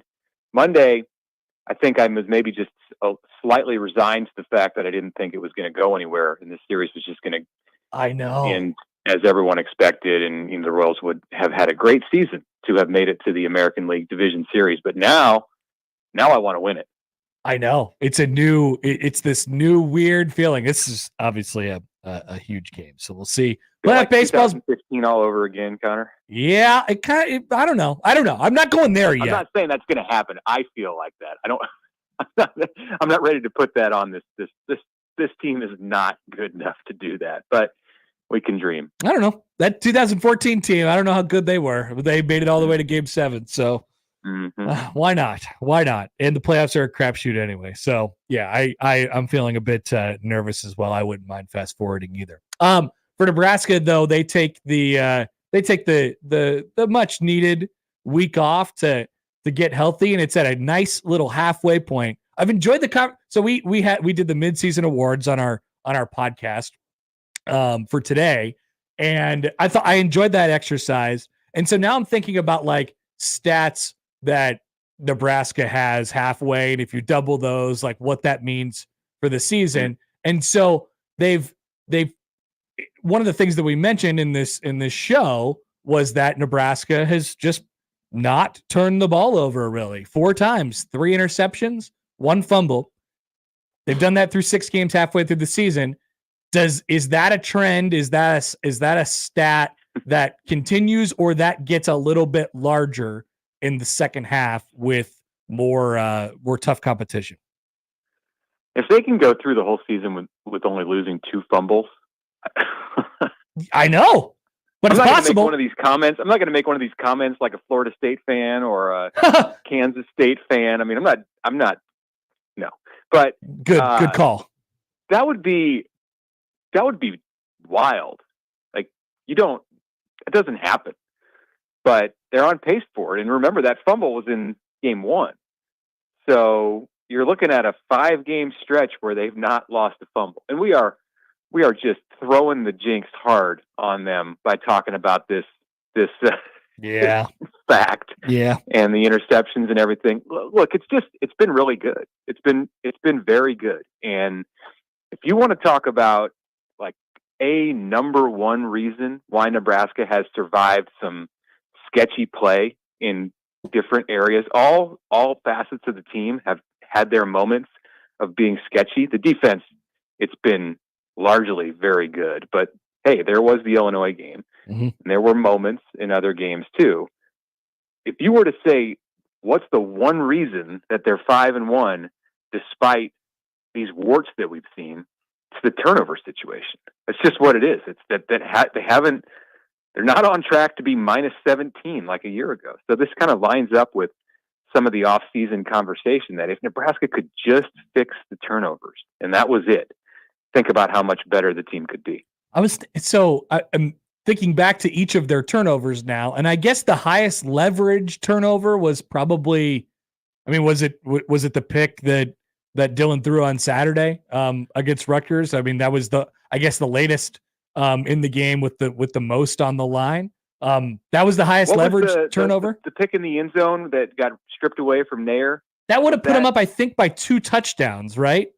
Was that against Illinois? Yes. That was, right? Yeah, that to me, because that one happened in a loss. So that to me, if you're up, I don't remember the score at that moment, but any additional touchdown in that game, and it swung momentum too, any additional touchdown in that game probably prevents it from going to overtime. Yeah. And so, I mean, that's really the one this year. Cause I think about the turnovers that they've had in the past, and it's like, oh, well, they had it on these last drives and in these important moments or right before half or something like that. So not only have they not turned it over, they've turned it over in pretty bland, generally times as well. They've also got 20 sacks in the first half of the season, and they've also got 10 takeaways in the first 6 games of the season. If you double up those numbers to make them last for an entire year, I mean, there's just no way around it, Mitch. That's a winning formula, regardless of any of the other warts that Nebraska has. Yeah, and then you think, well, 4 of the last 6 games are on the road, and the toughest days are ahead. It's an interesting thing to think about. I don't expect that Nebraska can keep up some of that stuff. The turnover part of it.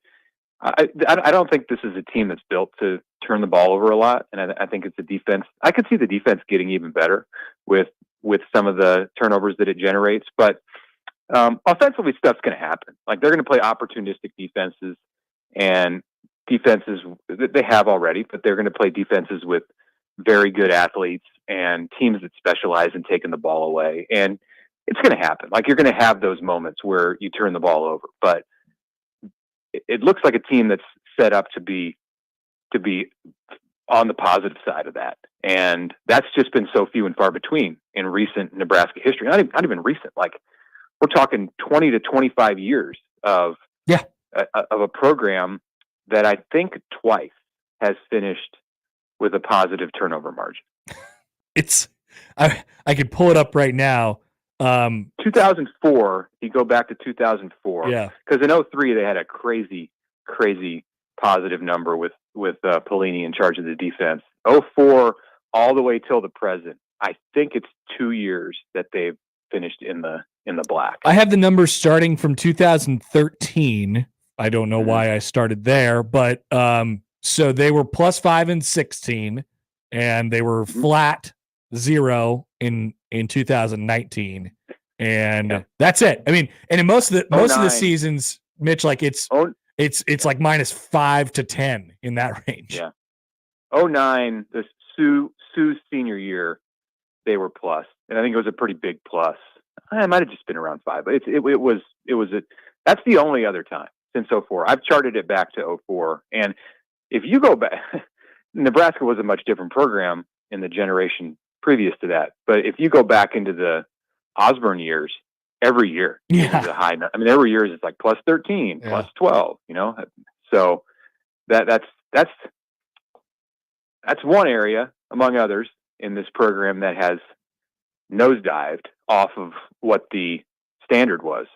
And if you're just inching back toward that, we'll see if it doesn't even have staying power to have lasted a full season yet. We're halfway through. Yeah. But if they make it through this season, then the task is to just make it kind of a cultural thing for Nebraska football, because the couple times where they've dug themselves out of this for 1 year, the next season they've gone right back into being a turnover machine. It's pretty simple. I mean, Nebraska has gone from using the quarterback run a lot in a design way to using none of it this year. And so from that perspective, you could look at that and say, oh, well, it's kind of artificial, but it doesn't really matter if it's, this is the way that they're going to play football anyway. It's not like it's just, they designed it so they wouldn't turn the ball over for the express purpose of that. It's for the express purpose of trying to win football games. And they have a really good quarterback. Like, they've ditched that part and it's gone away instantaneously. Yeah. The trend in football, and it's been a trend for a long time, but the modern football, the great quarterbacks often are the dual threats and players that can get you first downs with their legs. And those are the quarterbacks that defensive coordinators hate to face more than anyone. And, I'm curious about what Dylan Raiola's evolution is going to be moving forward beyond this first year, and if they'll become a guy who we just haven't seen it very much, once or twice, can get you a first down, can get out and move the chains. I mean, the quarterback, who everyone of course wants to talk about that Raiola emulates, is Pat Mahomes, and he's very good at that. Mahomes is very good at that, despite not being an athlete like Lamar Jackson. So I know people will say, no, just keep him in the pocket, keep him healthy, keep him safe, don't start fumbling. But that would be an element of Nebraska's offense where I think you could get out of some of these things where they've stalled in the second half or even the first half, like against Purdue, of a game, if they had an ability to run that play on a third down, third and short. Just trust him to be safe and get to the sticks and move the chains. You wrote a blurb today on The Athletic the Athletic team sort of ranked the toughest and easiest schedules on the 5 sides on each. Nebraska came in as the third hardest remaining schedule in the Big Ten. And it's a difficult road, but Nebraska's positioned themselves with kind of what they were supposed to do. Now, this Indiana game has kind of ended up being a swing. I can't wait all the same stuff with the ranked team, and now it takes on a little bit of a different light. It's almost like I know Nebraska needs it. From my personal standpoint, I almost wish this game was this weekend because it's a huge, exciting game now. Like, what do you think about that and the idea of Nebraska kind of managing that schedule a little differently in the second half? I am glad we're getting this weekend off. I want to enjoy college football this weekend, and it's been a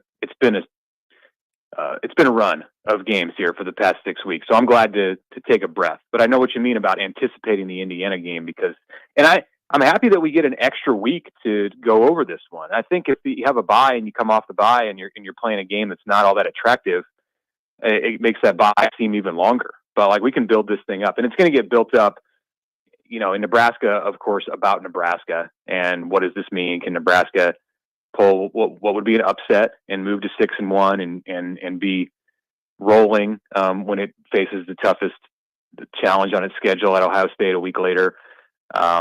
But nationally and around the Big Ten, this is going to be about Indiana.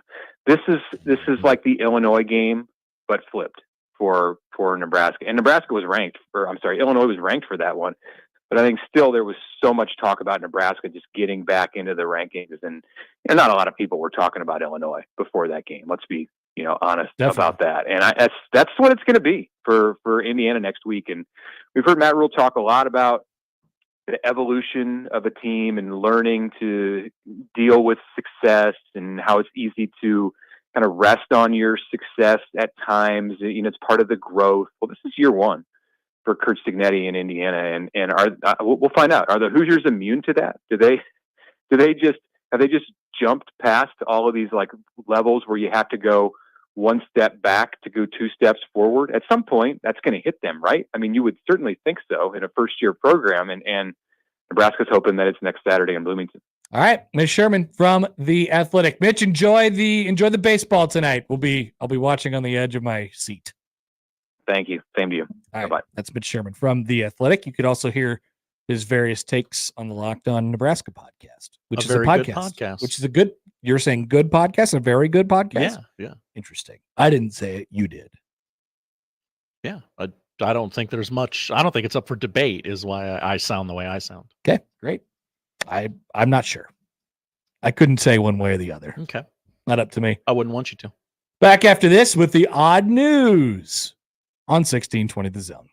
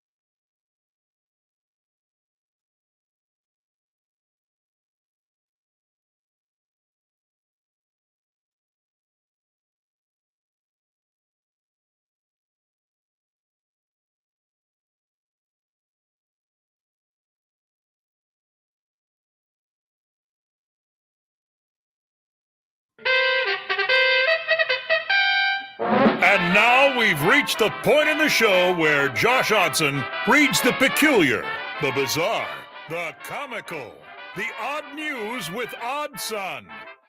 Odd news, Odd Son. See what we did there? The odd news with Oddson. Question for you. Love it. Question for you. Do you think it is a reachable, attainable goal for me? And you can make whatever assumptions about me that you need to answer this question for yourself. All right. Do you think that it is a reasonable expectation or goal for me to take one private jet flight in my life? I would say so. Round trip, there and back. Yeah, I would say so.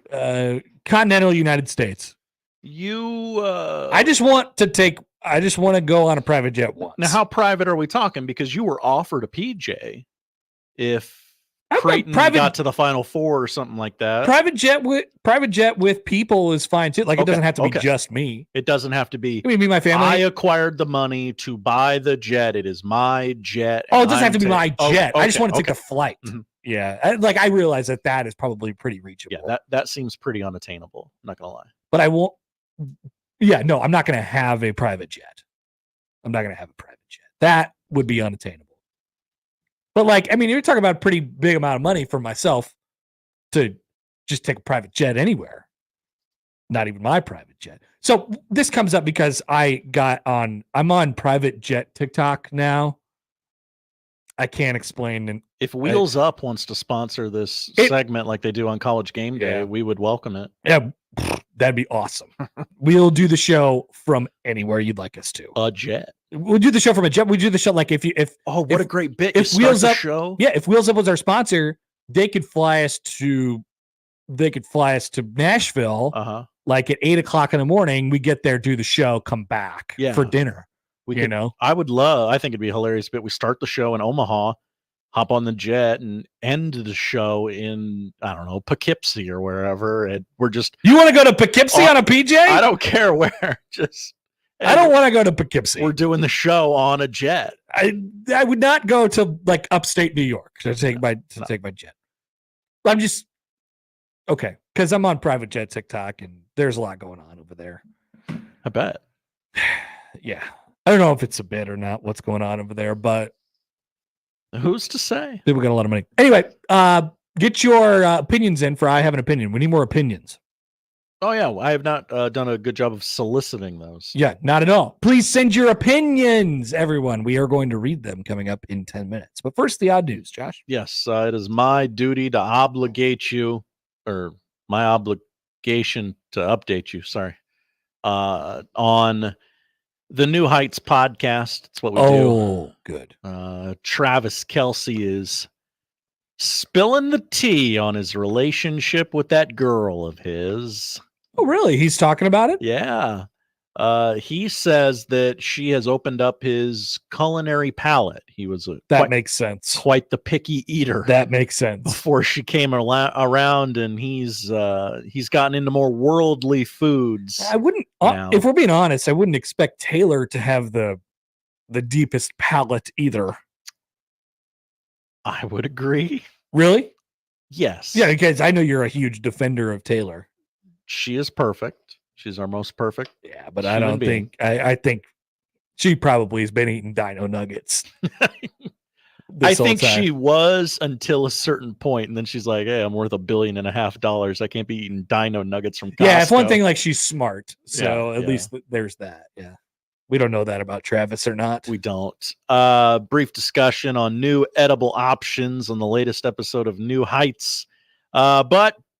The Chiefs tight end explains he stays away from any grub, and this is a direct quote of his, that looks pooey. Pooey? Pooey. What's that supposed to mean? If it looks like poop, he gave the... What do you mean if it looks like poop? He gave the example, not me, of Skyline Chili.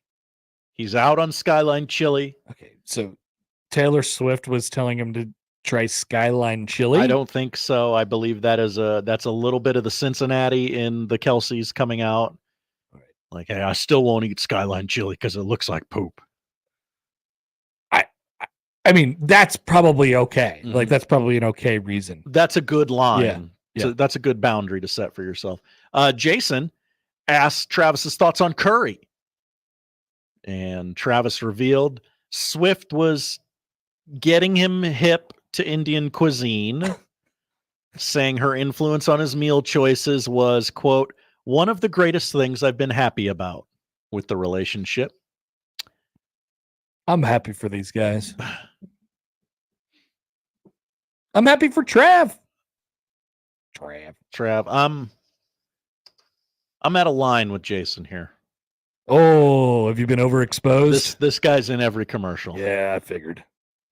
Now, I guess that's better than like an active player to where we can point at the player and go, oh, I guess that's why your team sucks is because you were filming commercials all summer long.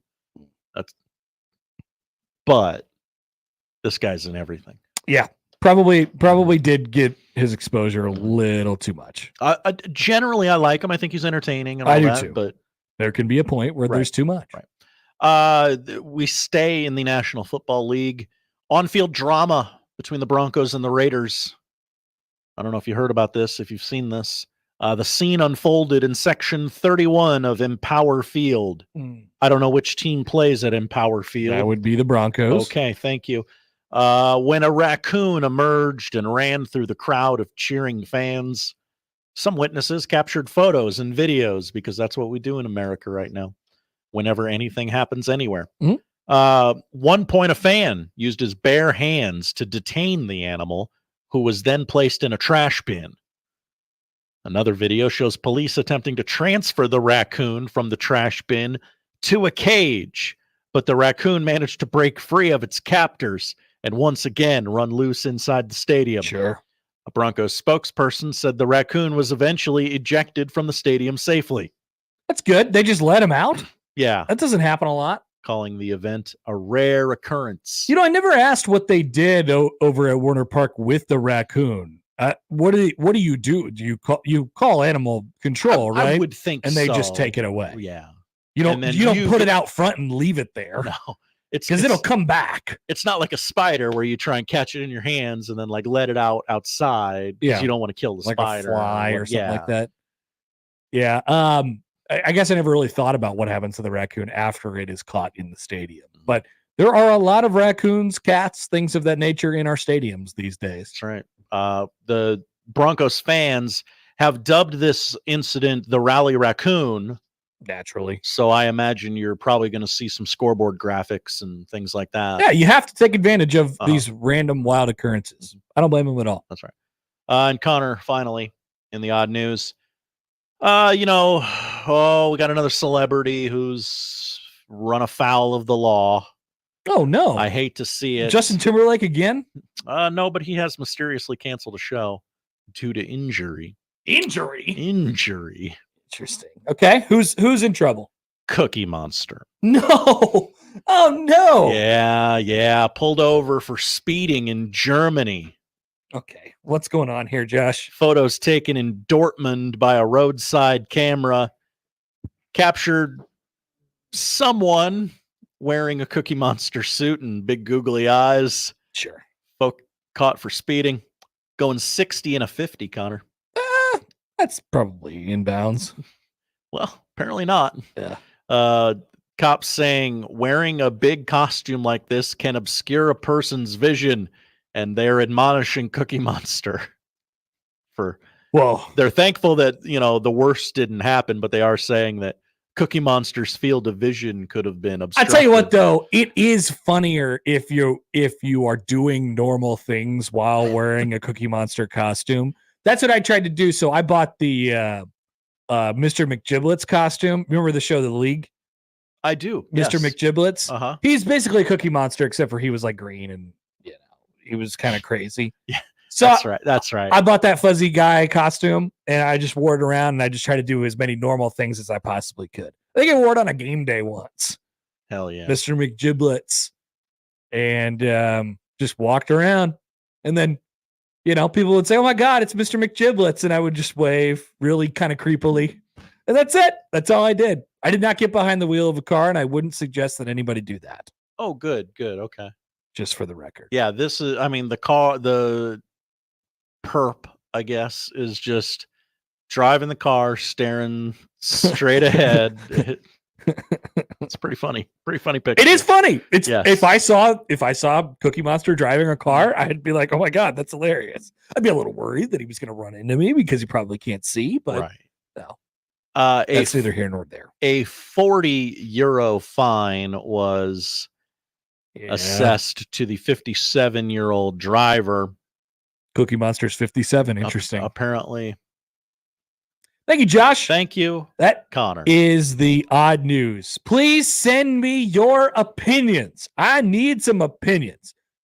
Once again, the second installment of I Have an Opinion. And remember to start your opinions with the sentence, I have an opinion, and then put like a colon or something like that. I have an opinion. Set of ellipses. Is coming up next on 1620 The Zone.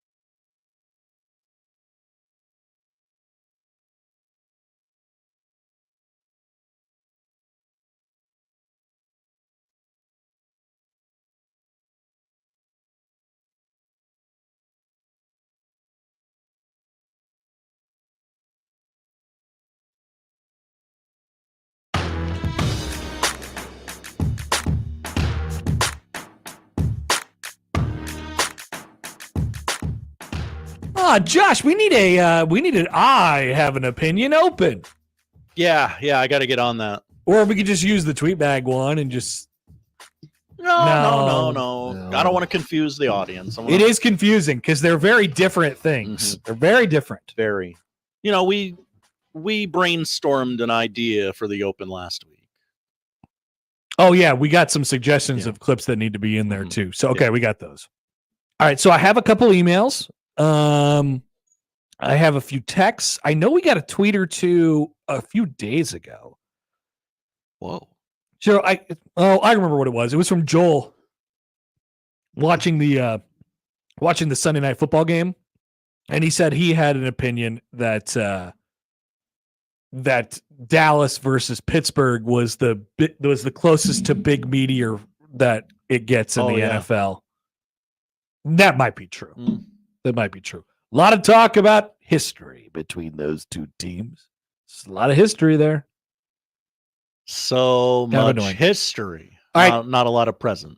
All right. So what do we got? What else do we have? And I can get to because I know Josh doesn't have the text line. And I got an email or two here that I don't think you got either. So this is exciting.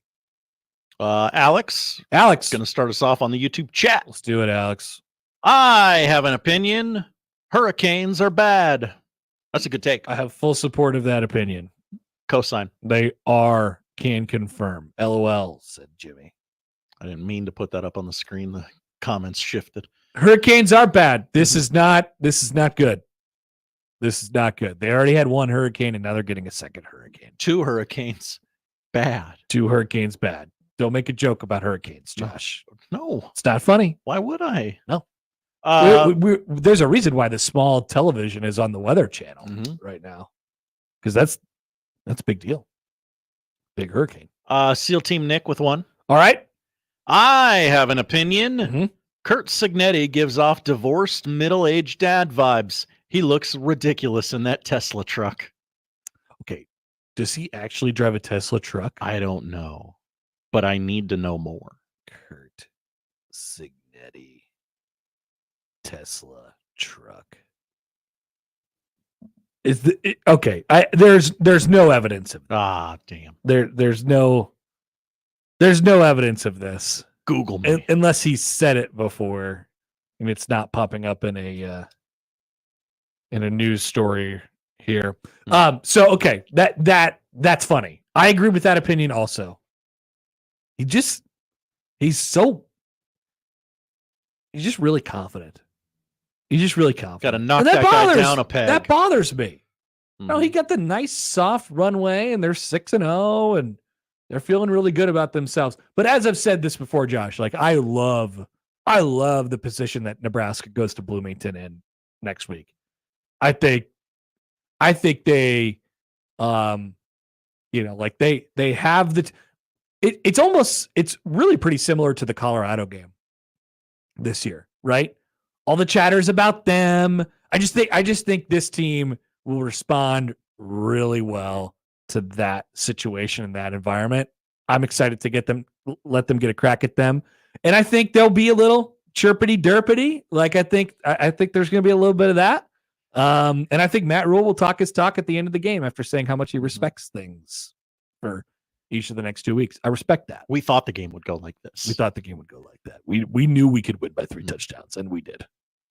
Brian has an opinion. Hi, Brian. I have an opinion. Yep.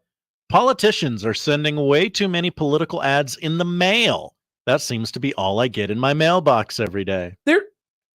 They're sending them too many places. They're sending them too much to too many places. Inundated. It's quite annoying. Like if I don't know how you would do this, because I don't know how you would get out the message that you're the candidate to not drown you in mail texts, right? How do you get that message across, right? But while still making people aware that, hey, I'm on the ballot. Here's what I'm about. No, I just think you run exclusively on the platform of I'm not going to send you any texts or I'm not going to send you any mail. Okay. I might vote for that candidate, but I don't know how you would get the message out there without sending texts or mail about how you weren't sending texts or mail. TV and then ad? It would seem hypocritical. TV ads. Yeah, but see, I get inundated with those too, and I don't want to be swimming in those either. You're holding a bunch of mail in the TV spot, and you're just like, are you tired of getting all these mailers? And you throw them up in the air, and you're like, I'm Connor Happer. Yeah, but it'd be hypocritical, right? It'd be hypocritical. The TV, you can't hold the TV ad. Yeah, but there's too many of them. Too many of those too. Too many. So many. Far Tony too many. Vargas. I have no opinion on which candidate has the most. I know which candidate has the most. It's Tony Vargas. I don't know. I don't know if he does anything other than film TV commercials. He goes to the gym. He shoots jump shots. Look, I'm here anyway. You can shoot the camera at me. Like, this is, I don't have time. I don't have time to do both. That's what he does. I got to get my run in. Just him in a natural environment. So if you were to be the candidate to say, I will send you no correspondences about information regarding my campaign, how to donate, asking you if I have your vote, none of that. I just want to let you live your life unbothered. That is a hell of a platform. Would support. I would. I just don't know how I'd get that word. Mm-hmm. That's all. What do you got on the old text line? Oh, I got a bunch here. Make sure they get theirs in. So Michael has a few opinions. Michael, full of opinions. First one from Michael. I have an opinion. Being of basketball, Connor, Kobe was better than Jordan and LeBron. Michael's a big like Mamba mentality guy. So Kobe was not better than either of those two. That's right. But I mean, Kobe was awesome. That's right. Right. I appreciated Kobe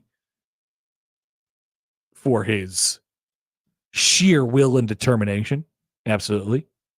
But no, Kobe was not better than those. But that's your opinion. So it's appreciated. That's the point of the segment. I have another opinion. Okay. The Washington Commanders make the NFC Championship game. They are this year's Detroit Lions of the NFC. Whoa. I like Mike. I don't necessarily agree with Michael's opinions, but I like them. He's still sending more. They're bold. He's got two more now. Okay. It says one last opinion, but there's another one after this. This is one last opinion. If you're a gym goer, specifically a gym bro, and you can't bench 145 or curl more than 20-pound dumbbells, please stop wearing Affliction t-shirts or Project Rock cutoff tees. No one is impressed. That's the new Affliction tee. The Project Rock tee. Is there really people who can't bench 145, which is a plate on each side, wearing Affliction tees? That seems wrong. Right. There's no way that's true. I think you actually have to, in order to get your Affliction tee, you have to be able to hit 225 10 times. They ask you that. Yeah. Hey, you got to look like Big AJ. Look. Boom, boom, boom. I need your credit card number, and you have to send in a TikTok of yourself benching 225 10 times. Yeah, I think that's probably the rule. Then one final opinion from Michael. Travis Kelce was dressed walking into the stadium Monday like he was going to bowl a 300 instead of playing a football game. Taylor Swift has destroyed that man. He already had pretty questionable style before he met Taylor Swift. That's right. Yeah. People forget. Yeah. He just got a little bit more popular and people are watching him now. Mm-hmm. Josh, you said once that relationship was a sham. It's not. They're still dating. It doesn't make it not a sham. I can't believe you're still doing it. Just this. means that both of them have nothing better to do. She's been busy. Oh, she has nothing better to do. He has nothing better to do. Not like she can go meet people. Yeah, Josh, you got to give up. It's over. You think Taylor Swift's on Raya, just swiping left and right? She can date anybody she wants. She clearly has before. Many boyfriends she's had. Ash, this tour, she's been distracted. All right. Text from the 402. Hi, 402. I have an opinion. There are two different people calling Nebraska games each half, or Marcus Satterfield has two personalities. I like that idea. So they don't determine before the game who calls which half, because they flip a coin. Because Nebraska has had good first halves, bad first halves, good second halves, bad second halves. So we just don't know going into any game who's going to have the good half, who's going to have the bad half. Yeah. People are more and more triggered about this over the last 3 or 4 days. Well, you're going to have to put two halves of football together, Connor, at some point in the season. Maybe. Or you just grab that 14-point lead and just sit on it. Or you play. I mean, Nebraska played so bad in the first half against Purdue, but it was 0-0, right? Yeah. Good second half. That's it. I don't know. Yes, there are two different Marcus Satterfields, two different brains of Marcus Satterfield. That's for sure. We're two different people. Here's Dan. Hi, Dan. I have an opinion. The power rankings in regards to breakfast items that usually receive syrup is as follows. Whoa. Okay. Read the descriptor again. The power ranking in regard to breakfast items that usually receive syrup is as follows. Okay. Pancakes, French toast, waffles. Now, is that going top to bottom or bottom to top? 1, 2, 3. Pancakes, Whoa. French toast, waffles. I would have flipped the whole thing. I agree with Dan. Oh, wow. I'm a pancake guy. Waffles are too good, hard to eat. Hard to eat. They're harder to eat. They're just sometimes they're hard, and there's all those ridges on them. You can put stuff in the ridges. It'll hold the butter. Yeah, give me pancakes. I want pancakes. Greg in Myrtle Beach. Hi, Greg in Myrtle Beach. Stay safe. I know the geography isn't terribly close to the hurricane, but you never know. In my expert opinion, Hap and Josh should take the PJ to lovely Myrtle Beach for a championship golf course weekend in the market that they dominate. That's what Greg in Myrtle Beach says. He says we're the biggest sports show in Myrtle Beach / in South Carolina in general. What do we think about Steve Spurrier? Do we have to have that opinion before we go there? I mean, I'd like to know which way the wind's blowing. Before I get there. You want to know what they think before okay. I don't support the big visor. Okay, I don't either. But it looks fine on him. Satterfield? I think he's kind of funny. They do not like Marcus Satterfield. Okay. We kind of do. I don't love him. I don't hate him. I'm not like, I don't think he should be fired. We kind of, he's fine. Got an eye on him. Jason Siegel, mispronouncer, texts in. I have an opinion. Josh needs to step up his game on the odd news. We got demon photographers, murderous snakes, Cookie Monster drivers. Think of the children, Josh. It is a little satanic. Are the children not in school right now? Nope. They are listening. Think of them. I don't. It's lunch break. The kids can leave, right? And listen to the radio. That's what all children do. Children love AM radio. They're pulling us up in their class. They had to ban the 1620 app at Picot Elementary. It just didn't have the power to get that far. It was being used too much. Go Pintos. Happer's meme guy writes in. Hi, Happer's meme guy. I have an opinion. Nebraska's success on defense is more about the Jimmies and the Joes than it is about the X's and the O's. And contrary to popular belief, Tony White is not God's gift to Nebraska football. Now that interesting. That is an opinion. Yes, it is. I'm not saying whether I agree with it or disagree with it, but I think I like that you've sent it to us. I think you should say whether you agree or disagree. I think it's probably both. That's a cop-out, but I agree. But which is it more about? I will say that the texter might be on to No, something. I don't think that's right. I actually disagree. I think it is. I guess a lot of those same players did suck with Scott Frost. Facts. But they're old and like honestly, old ass bees. They got some old ass bees on defense. Okay. And so there's a good side of that and there's a bad side of that. The good side of it is they could do everything that they're like, they could take the defense to whatever level, the totally, completely unlocked level of the scheme, right? Because they know exactly where they're going and what they're doing and what the responsibilities are. But I'm curious to see it when it does have some, not that they don't have good athletes, but when it does have some better athletes in the defense, right? So I think there's still a level for it to go, not with this group though. So to that point, I actually do think it is more about the X's and O's than it is about the Jimmies and the Joes. Because I don't know. I think Ty Robinson's a good player. I think like Isaac Gifford is good. Isaac Gifford always gets thrown under the bus in these conversations. Like they get a bunch of good players. I don't think they have like first round draft picks. I guess maybe Tommy Hill will be, right? So eventually they will have that. And then we'll see what the defense looks like when it gets to that category. I'm saying that I think Nebraska is getting the most out of its personnel. That's a different way of saying the opposite thing. Okay, we already did enough Michael opinions, I think. Chris in South Carolina. We're huge in South Carolina. I have an opinion. K-State is kind of stinky, and they might lose to the Buffaloes.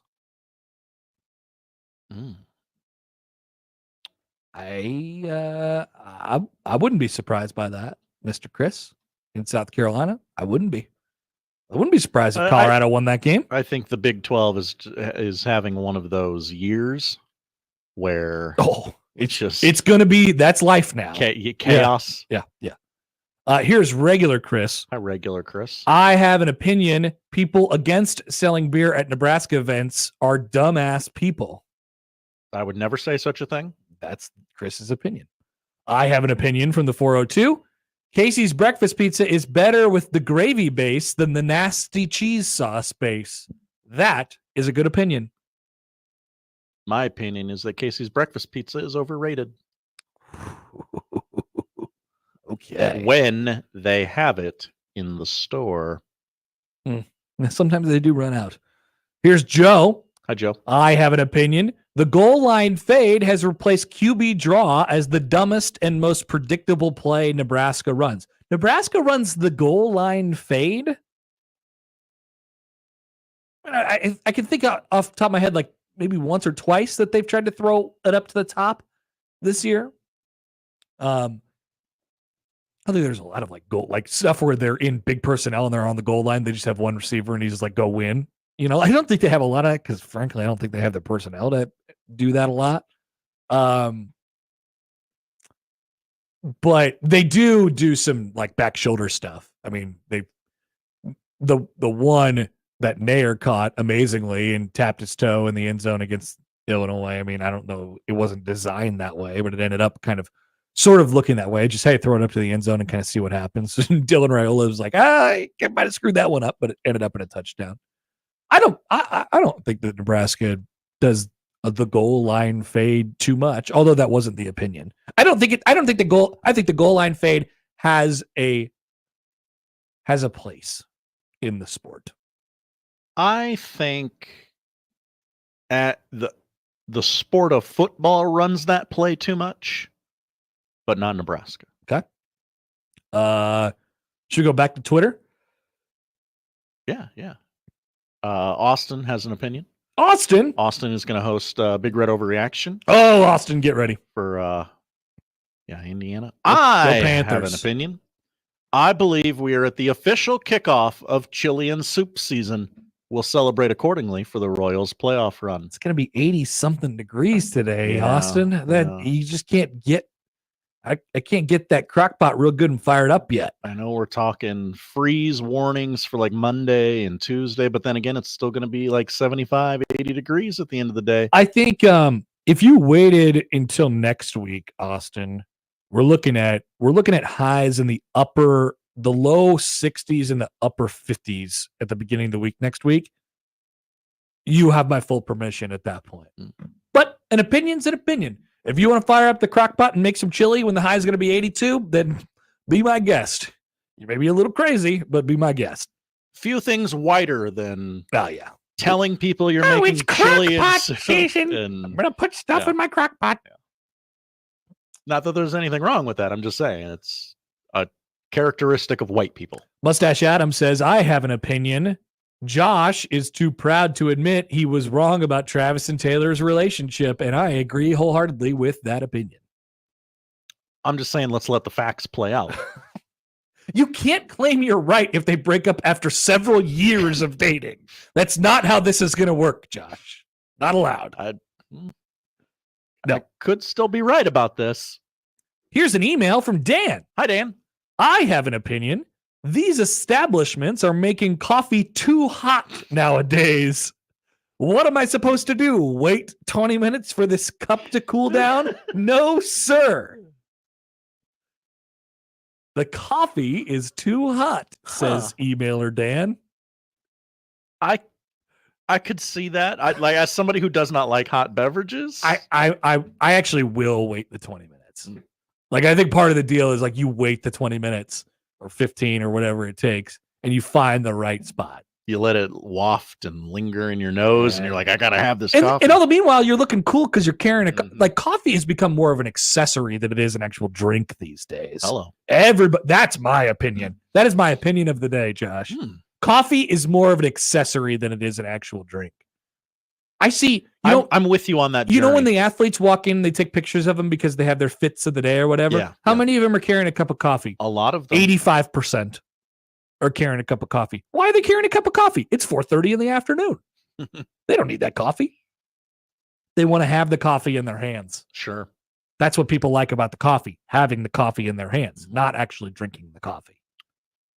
I got one from Mad Piper on YouTube. What's up, Mad Piper?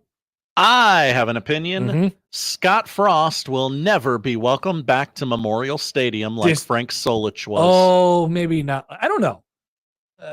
When you make that comparison, I can't be sure about that. But will Scott Frost be welcomed back to Memorial Stadium? I do believe there will be a time and place for that. Yes. Really? Okay. Yes. It might Do you not think it would be a short time or a long time? from now. Yeah. What's a long time? 10 years. It will be a long time. Okay. Yes. I don't think he will want to do it, but as he grows older, he will grow perspective, and as we get older, we will forget.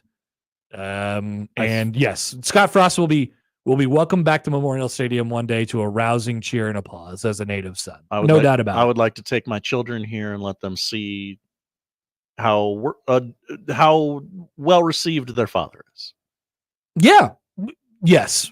That's a good way to put it. Big but the kids will be like 18, something like that. Still your kids. Brian. Hi, Brian. This is an opinion, I think.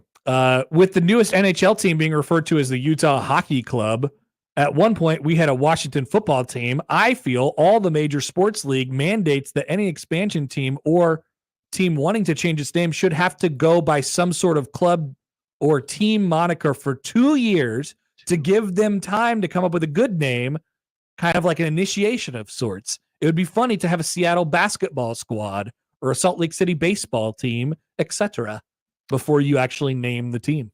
I generally like that idea. Yeah, I do actually. If you come up with a good name right off the bat, you could waive the initiation process. I think Seattle Basketball Club is a bad example because everyone knows when they're going to be the Sonics. They're going to be the Sonics. The NBA is going to expand. It's going to take 2 teams, one in Vegas owned by LeBron, one in Seattle, and they're going to be the Supersonics. And why wait? Didn't they give them? Didn't recently they the Thunder gave them their history back? Yeah. This is all in preparation to expand to Seattle. At some point. Happer's Beam Guy writes in, poll question, is coffee more of an accessory than a drink nowadays? We can do that. Interesting. And also poll question, is there anything whiter than declaring that you're making chili? I will definitely put that up. That's a good one. I like that.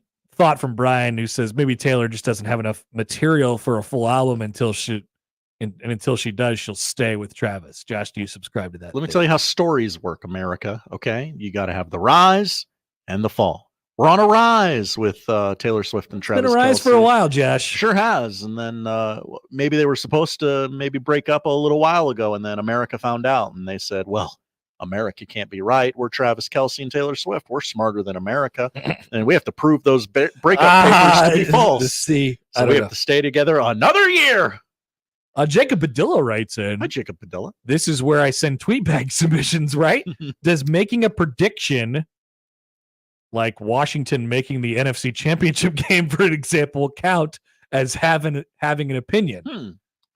Yeah, because you could say afterwards, I have the opinion. Is a prediction opinion? Yeah. Not really. Not really. Maybe that shouldn't have been an acceptable submission to the opinion bag. The I have an opinion bag. Do we need to have an adjacent I have a prediction bag? No. Okay. Too many bags. Platt Oh, we got more on Twitter, Josh. Do we? We haven't got to. Am I missing some? I have an opinion. The commercial where one of the candidates lists all of the small Nebraska towns he's been to is very comparable to Ed Foley's state tour photos. Simple's Lost Tea. I have an opinion. Soft tacos are never as full as they could be. I like that. Is a very good opinion. Mm-hmm. Yes. That's a very good opinion. I like that opinion. I agree. Fill those soft tacos up. That's the new motto of this show, Josh. Austin Jacobson has chimed in on YouTube. Yep, white person. Big Red Overreaction, October 19th. 2 white guys and their chili featuring Austin and Gary. They should call the show. Absolutely. Charles, we've run out of pink Himalayan salt. Also another very white statement. Incredibly white thing to have. Yeah. Pink Himalayan salt. That's right. It's just salt. Get over yourself. The flaky, we have to put the flaky salt on there. It's a finishing salt. That's stupid. All right. Thank you, Josh. This has been fun. Thank you all for your opinions. Mm-hmm. You could keep sharing them with us, but we won't read them in rapid succession as we just have. We will return on the other side. Many things left to discuss on the show today. Robin Washut will drop by at 1. Let's do a little analytics roundup with Nebraska football. What do the analytics think about Nebraska at the halfway mark? We'll tell you next on 1620 The Zone.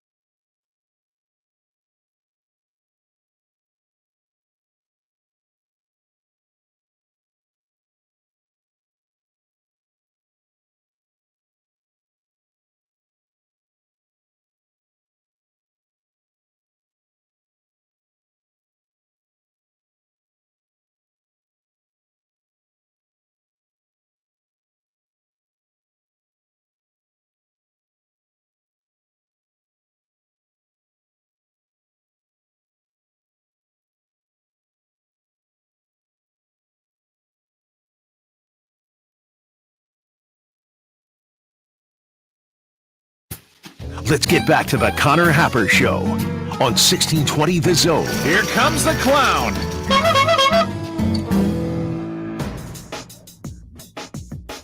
All right, we got some spillover here. This is where some of the best stuff comes I from. know, is it's spillover. right at the end. Venmo Chris, I have an opinion. Nebraska coaching is overachieving with the talent they have. So this would be the exact opposite of what Happer's Beam guy said. Okay. Because Controversial. we would have been a 3 or 4 win team under either of the last 2 coaching staffs. Well, I don't know. The Dylan Raiola part of the equation just throws that whole math off. You know, Quite literally wouldn't have had Dylan. that's true. Like if you take out Dylan, then I might be more willing to buy that. Like there's a world where the players that Nebraska has on its defense right now they don't find a way for it to come together and make it productive. For sure. I appreciate Matt Rule having quite literally the time for young Dylan. He's got the time. Do you have the time? I have. He asked me what time it was. Yes, we what time it was. Jason Siegel mispronouncer Hi, has Jason another Siegel mispronouncer. pretty good one, and I like his teardown here. I have an opinion. Mobile ordering is tearing apart the fabric of our society. Nothing worse than going into a fast casual place and being the only person in line while the staff ignores you, making orders for a bunch of entitled Neanderthals crowding the payment stand on their phones and looking annoyed. Is that Gary Sharp's burner account? I don't know, but sign me up for that opinion too.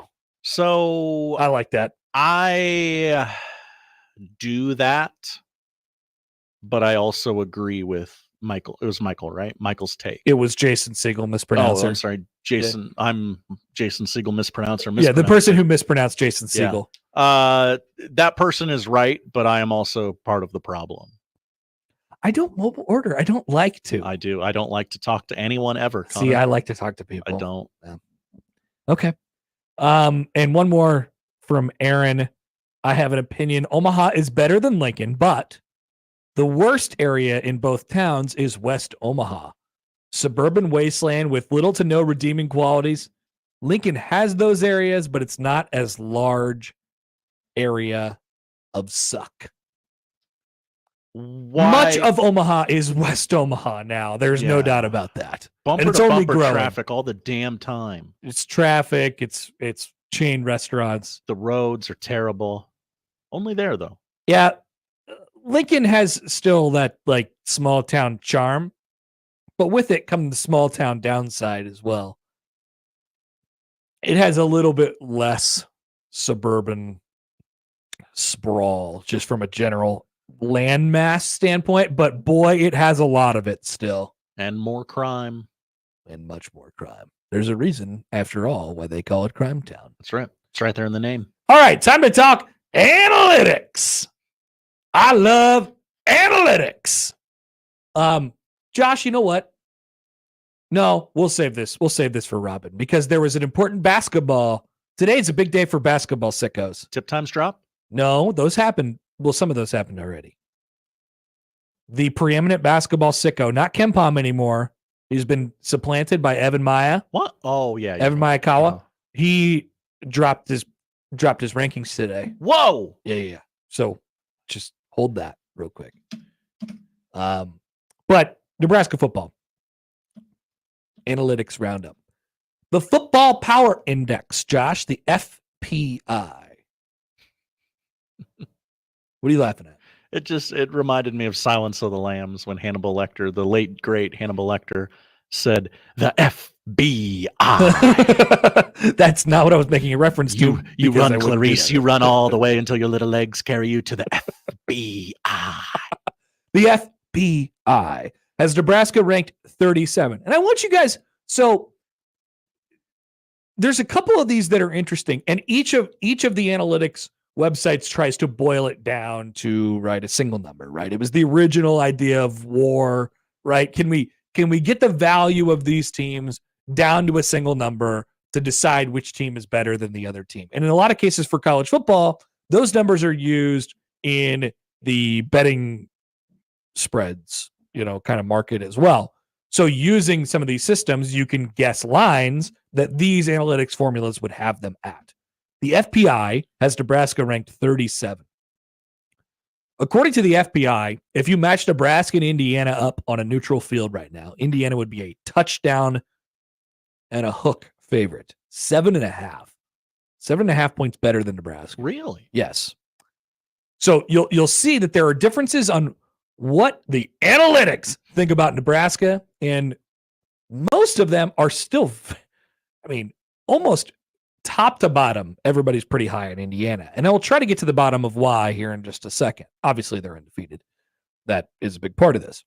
The SP Plus, which is also now stationed on ESPN.com, thanks to Bill Connolly.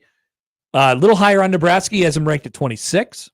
And that system of ratings would have Nebraska as a 3-point underdog to Indiana on a neutral field. So the spread already for next weekend, I've seen it around 3.5. Basically, the SP Plus says, I think I value Nebraska a little bit more than Vegas would give you. Now, Vegas, there's a whole bunch of other stuff aside from the analytics that go into it. There's the betting markets and where you want the number to. My sense is that number should probably be closer to 2.5 for Nebraska and Indiana next week. Indiana is a 2.5-point favorite, but it's at 3.5 because Vegas wants to try and find some value there in that 2.5, 3.5 range where people will just buy Indiana. And they want to see how high they could keep that number going. So that's the SP Plus. K Ford. We've heard a lot about the K Ford ratings, Josh. Oh, people love the K Ford. People love the K Ford. Nothing wrong with the K Ford. I love the K Ford. The K Ford has Nebraska at 36 this week. Would be a 6-point underdog to Indiana on a neutral field. The Vegas Power Rankings, analytics, something that I look at to try and figure out where betting lines are going to be. Vegas Power Rankings have Nebraska at the 27th most valued team in the betting market right now, and that would be just about the same as what Indiana's value. I think both of their values are exactly the same. So what they're saying is, if this game was on a neutral field, it'd be a pick'em. This is evenly matched as far as the betting markets are concerned. And then Sagarin. Josh, I haven't looked at Sagarin in football in a long time. Remember Sagarin? Yeah, it's kind of the old. Yeah, Sagarin is still like HTML. Like it's like comes out on that. It's even accordion printer paper. It's even more bland than Ken Palm. It's Sagarin. Sagarin still does ratings. He has Nebraska at 28 this week. Would be a 1-point underdog to Indiana on a neutral field. So all that to say this. There are some really varying viewpoints on what Nebraska has accomplished this year. And the two kind of outliers that I just mentioned, the FPI and K Ford, which would have Indiana as way more valued than Nebraska on a neutral field by a touchdown, or in the FPI's case, more. Those are a little bit more, I believe, from what I was reading on the FPI, I think this is right, predictive analytics. Predictive. So they're looking at what Nebraska has done with their schedule so far, how they've managed it, and then applying that to the rest of their schedule and saying, ooh, boy, I'm just not sure about it. The rest of them might be a little bit more heavy on the, okay, you've taken care of business in the individual game, and what's your, the EPAs are like expected points added, like all these things. I don't know how these specifically get to the bottom of where they're going, but it's interesting to me that Nebraska has a higher or lower value attached to them based on which different one that you're looking at. I tend to think, if I'm an analytic of myself, Josh, I'm a bit of, I don't think that I would be, because I'm a bit of a homer, I suppose, because, I watch Nebraska football the most out of any other college team in the country. I would say what they have done this year is a formula that should continue to serve them well in the second half of the season, regardless of who their opponents are. It might not result in 5 a 5-1 second half. But the formula that they have employed this year and what they have done, their lack of mistake making and their really good defense should, and we've seen, should play it out so they have a pretty good second half as well. Now, we've seen teams like Iowa before. Iowa's not valued in the analytics. That's why they're not valued very high when the college football playoff ratings come out. Sure. But guess what? They end up the season at 10-2 every year. And so I think there's, that's basically the profile that Nebraska is taking on right now. Not very valued, not going to win games with a lot of style points. Not going to rank high, and they're not going to be outliers in various categories about what they do well, what they don't do well. They're just going to be pretty okay. They're going to be pretty good, but they're not going to screw up. And at the end, we'll see if it wins to 8, 9, 10 wins for them this year. But I don't think the analytics are really going to like him, and that's something we might have to adjust to. Do you do the college football graphs? Do you ever get in there? I have got in there a couple times. Yeah, Nebraska. What's going on in there? It does not look good for Nebraska at Indiana. Win probability 81.8% in favor of Indiana. Projected score 29-17. Wow. Wow. Yeah. They love that Indiana offense, don't they? Well, I mean, they're top analytics 30 in quite literally every category on offense. Number one Echo rate in the country. Indiana has the number one Echo. Seventh in points. Nebraska's pretty Echo. high in the Echo, by the way. Nebraska's very low in points per Echo. 49th in the Echo rate, if I'm reading this correctly. 49th? Wow, that's a lot. 36.5% Echo rate. That's okay. That's not right. They get to the 40 more often than 36 points. Points per Echo is bad. Would be my guess. 2.2. Yeah. This says 10th. I don't believe that. Okay, no, that's wrong. Are you looking at defense? Nebraska defense versus Indiana offense. Yes, I am. Yeah, that makes more sense. Okay. How about Nebraska's offense? Nebraska's defense, I would imagine that their points per Echo is bad, but that their Echo rate is good. Echo rate 7th. Yep. Which is 60%. Points per Echo 98. There you go. Yeah, you got it. 3.2. Okay, I apologize. I apologize. Analytics. They're hard to read. They are. Great take. Thank you for making my 4th down decision. All right, we'll come back. More on the other side before we get to Robin Washut of HuskerOnline.com. Coming up on the Connor Happer Show on 1620 The Zone.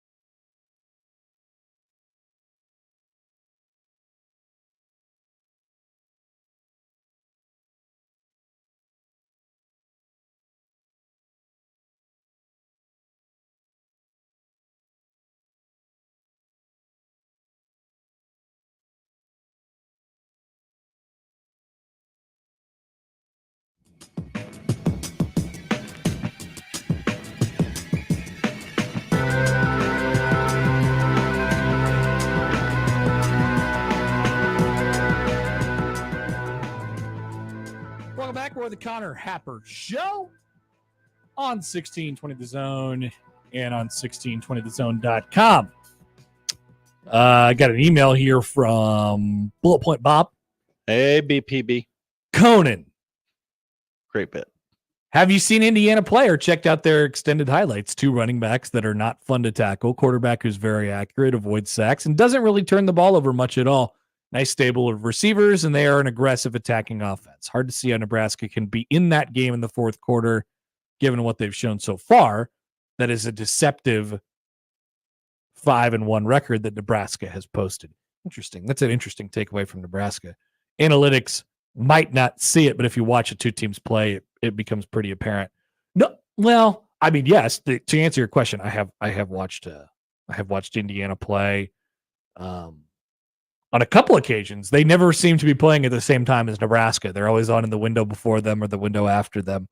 And so I watch them and I think, okay, first of all, you have to consider who they're playing and not to totally discount what they have done this year because they are good. I mean, they're better. They're certainly better than they have been.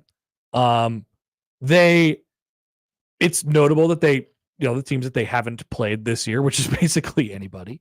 And I would say this, I do think for a team that will have to thrive and is living off of big plays, I think Nebraska has been pretty dang good at not allowing those, and they like to keep things kind of hemmed in front of them. And I do wonder how Nebraska's pass rush will do when they can pin their ears back against a team that wants to throw it. I know they want to get the ball out quick, but basically what I'm telling you is the matchup is really intriguing to me. And I think Nebraska, the mental part of it, Nebraska is going to be ready and all that stuff. But the matchup is intriguing.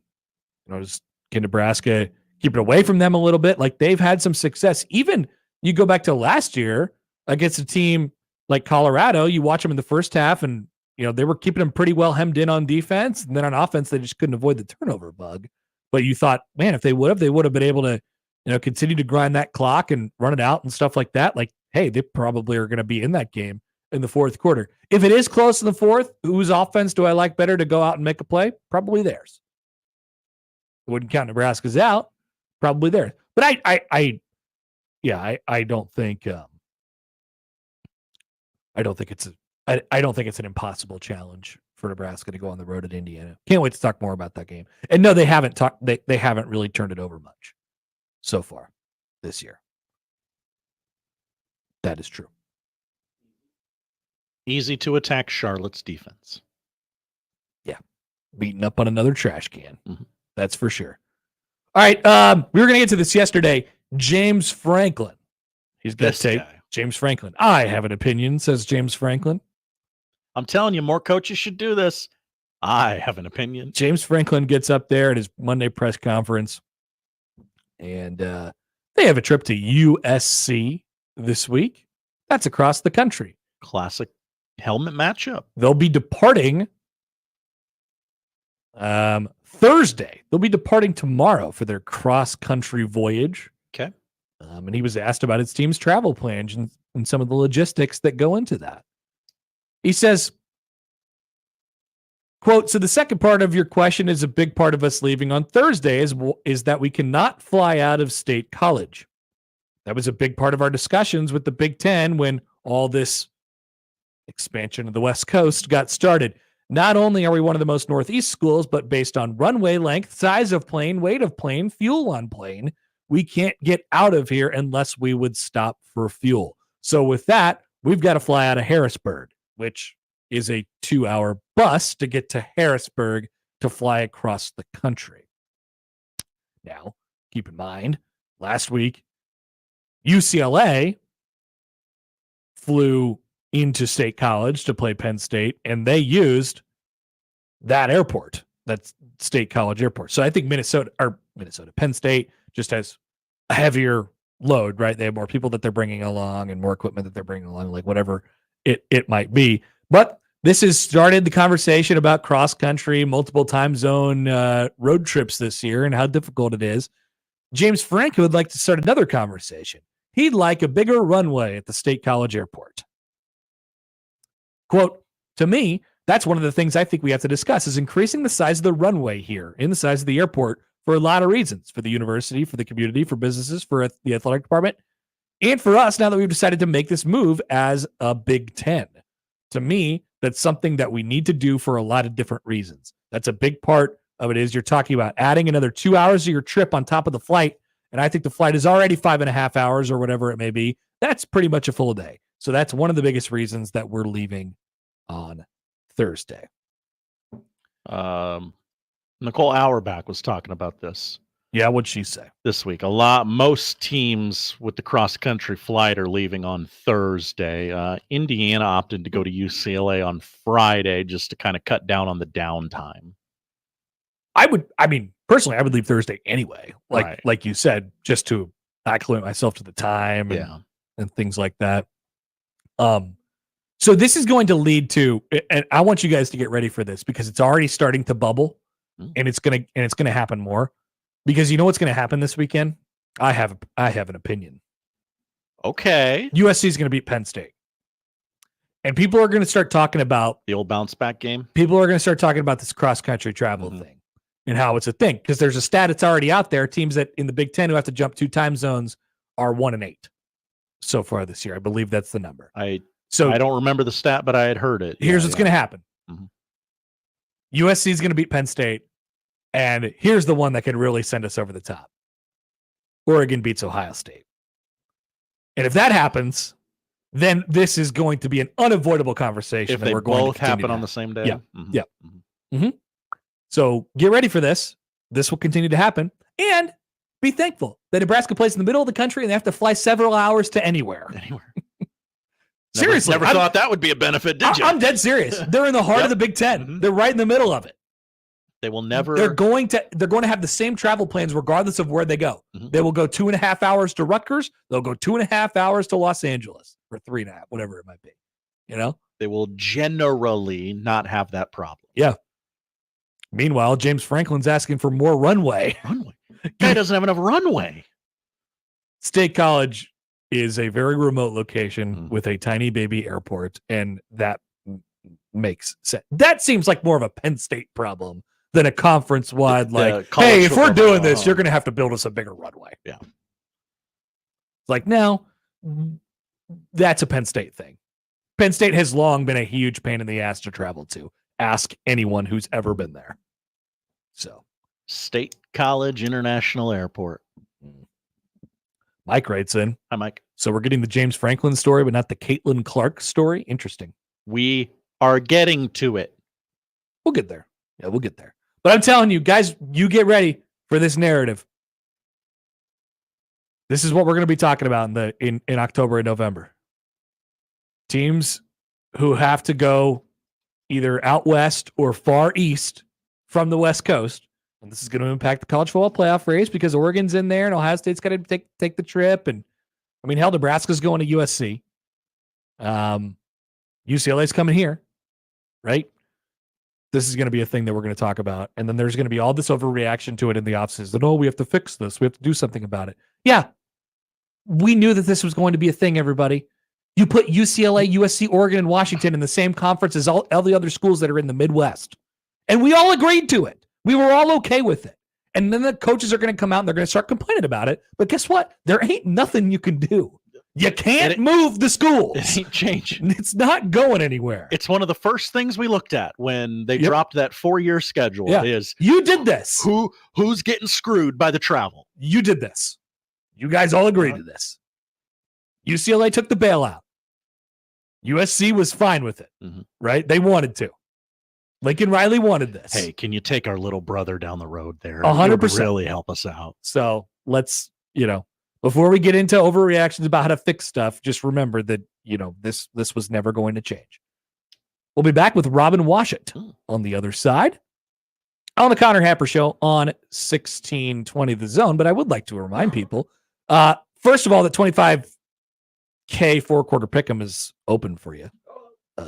So please go to 1620thezone.com for that. But also on 1620thezone.com, an online exclusive, your chance to win passes to Vallis Pumpkin Patch. It's open now through November 3rd. And like I said, there is an exclusive chance online on our website to win Vallis Pumpkin Patch passes. Those things are like gold.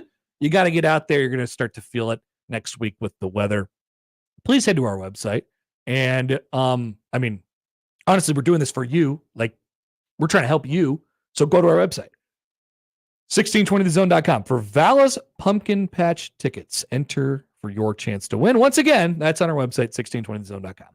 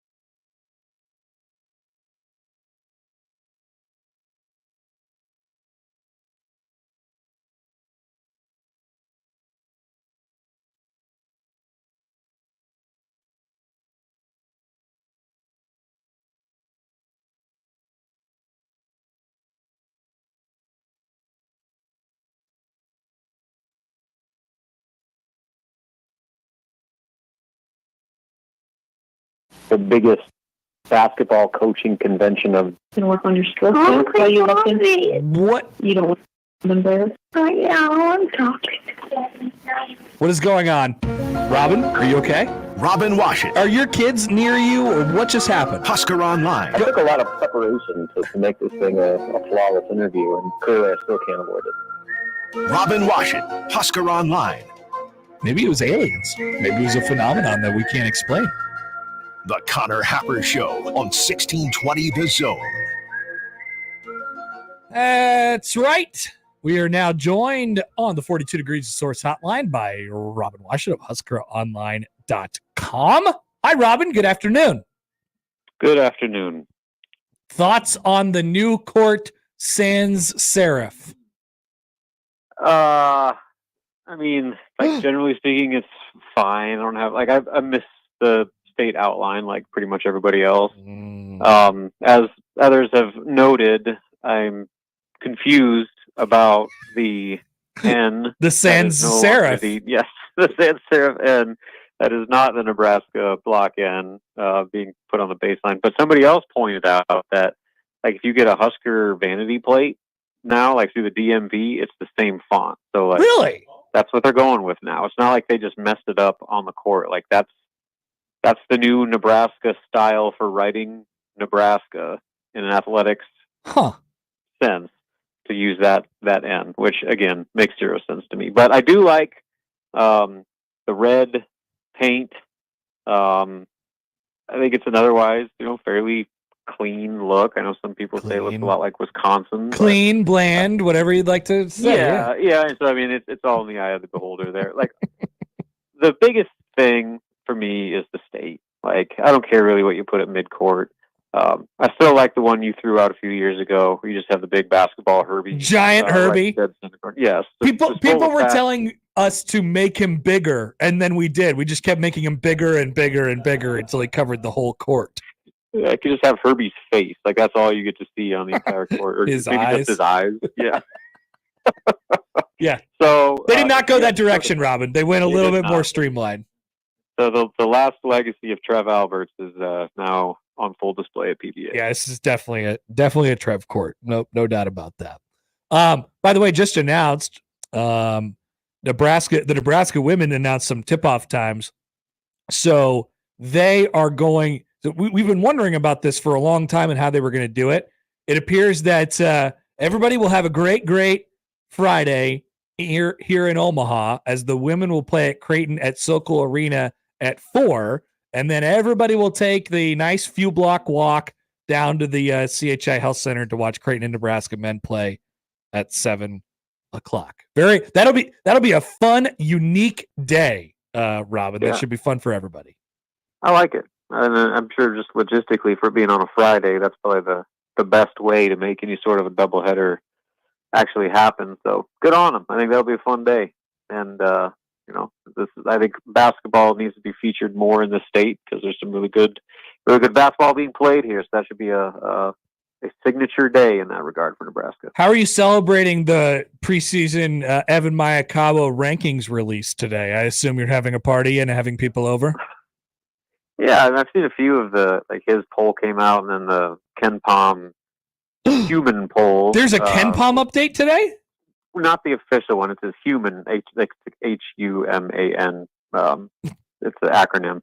But it's basically like a more of a person-based poll. Like, they did a bunch of preseason predictions and then compiled all the data and then came up with rankings based off that. And so, good news. Nebraska's a top 50 team. Number 50. Yeah. And so bad news is that's good for about 12th in the Big Ten. So that's kind of what I'm going with, about how Nebraska follows up its third place finish from last year. Is I think that while Nebraska's a better team, top to bottom, than they were a year ago, pretty much everyone else in the Big Ten is a better team than they were a year ago. So it's going to be an extremely difficult league. Just there's no gimmies. Even Minnesota, they're probably the consensus worst team in the league, and they've got an all-conference player in Dawson Garcia. So it's going to be a much more difficult sledding for Nebraska, but I think that they're far more equipped to handle it than they were even a year ago. In Evan's preseason player rankings, he had the highest ranked player that Nebraska had would be Jawan Gary, coming in at number 82, a top 100 player in college basketball. Yeah, he's really high on him, and just based off the metrics they did even last year. So, and a lot of that is just his, what is it, the BOR rankings or whatever. BPR. BPR, yeah, where he basically just measured your overall impact on both ends of the floor. And I think he was 5th in the Big Ten last year in those rankings with pretty much a bunch of draft picks and All-Americans beside him. So he scores really high in the Evan Meyer rankings. All right, let's go on to football here as we are into the bye week. Robin Washut of Husker Online is with us. Okay, so I've been asking this question to everybody this week, and I want to ask it to you as well. So far, from a statistical output, Nebraska looks like it looks like a pretty good team on paper, right? Not only that they're 5-1, but a few key categories, right? They have not turned the football over really at all, just 4 times. They've got turnovers, 10 of them so far on the year. What happens with a number like that in some of Nebraska's key stats in the second half of the season that sees tougher competition and really different styles of play as well? I'm curious to see if they could hold on to what they're pacing for right now, which is the best turnover margin in like multiple decades for Nebraska football. Yeah, I mean, I guess in theory, the level of competition increases with, the likes of Ohio State and Indiana coming up. But I think that what they're doing is sustainable. I agree. Regardless of the style of play they've faced or the caliber opponent, it's been pretty much the same to where, you're right, outside of a couple mistakes, and a lot of their turnovers have been just 50-50 balls where, they could have just as easily gone for big plays, but ended up being turnovers. So outside of the pick last week and then Dante Dowdell's fumble in the season opener, they really haven't had those bad, just kind of baffling turnovers that were far too present last year and really over the last decade. So I think the fact that they've been able to sustain that for 6 games is encouraging. That there's no reason to believe that there's going to be any sort of drastic change with that regard. And then with their takeaways, they've come in a lot of different ways. They've been able to kind of force the issue a little bit, force teams into making mistakes and then capitalizing on those mistakes. And, again, I think that's something that the body of work so far shows that they're more than capable of keeping that element to their defense going through the second half. But again, we'll see. The dynamic's going to change a little bit, not just with the caliber of teams they're playing, but just with the grind of the schedule. And, the weather's going to shift, and they're going to be in some different circumstances than maybe they were through the first half. So, but I guess the good news is what we've seen thus far seems pretty sustainable over the next 6. We got a text earlier. We were doing a great segment called I Have an Opinion, where people just text in their opinions. And one of the opinions was this, Robin, that Nebraska's success on defense is more about the Jimmies and the Joes than it is about the X's and O's. Would you agree with that so far this year, or maybe even so far in Tony White's tenure at Nebraska?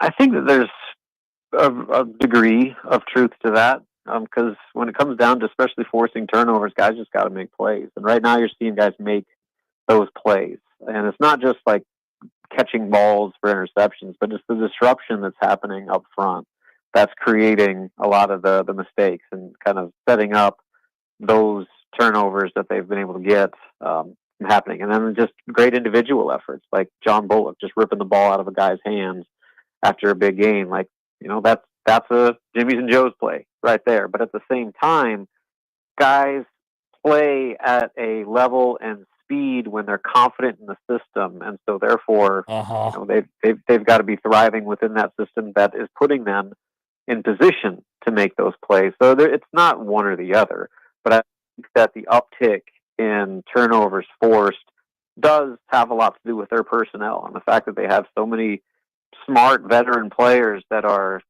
even more comfortable in this defensive scheme, and therefore they're playing faster and they're playing with more confidence, which allows you to take more chances. The more chances you take, the more turnovers opportunities present themselves. Totally agree with that last part. That's how I would explain Nebraska's defense to people. I think while I think they lack explosive playmakers, and that's been a talking point before, but on the other side, they're so experienced and they know they could take the defense to whichever level they're taking it to. I would categorize this as a defense that gets a really good bang for its buck, right? Maybe the most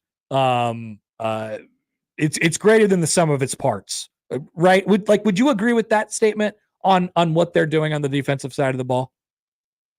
Yeah, to the extent that, like, if you look at their defense, like, who is a surefire first-team all-conference player? Right. Like, you got guys that are, like, maybe in that conversation, but they're few and far between, and hardly any of them are a no-brainer at this point. So, you compare that to the elite defenses of the country, they're full of first-team all-defensive players. Like, they're full of first-team All-Americans.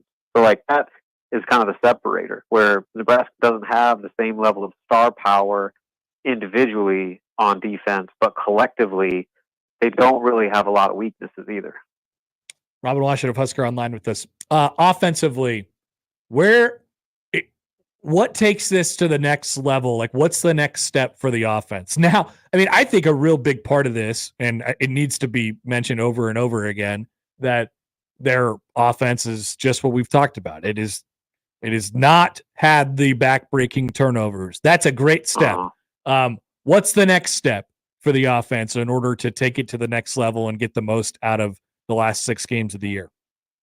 Yeah, the floor has to be continuing to take care of the football and finishing drives in the red zone. The special teams issues withstanding, like scoring touchdowns, like you saw last week, can change the entire dynamic of the game. If they settle for a field goal on either one of those 2 scoring drives, then we're probably looking at a much different game than ended up. So that is critical, just to help out that defense that is playing at such a high level.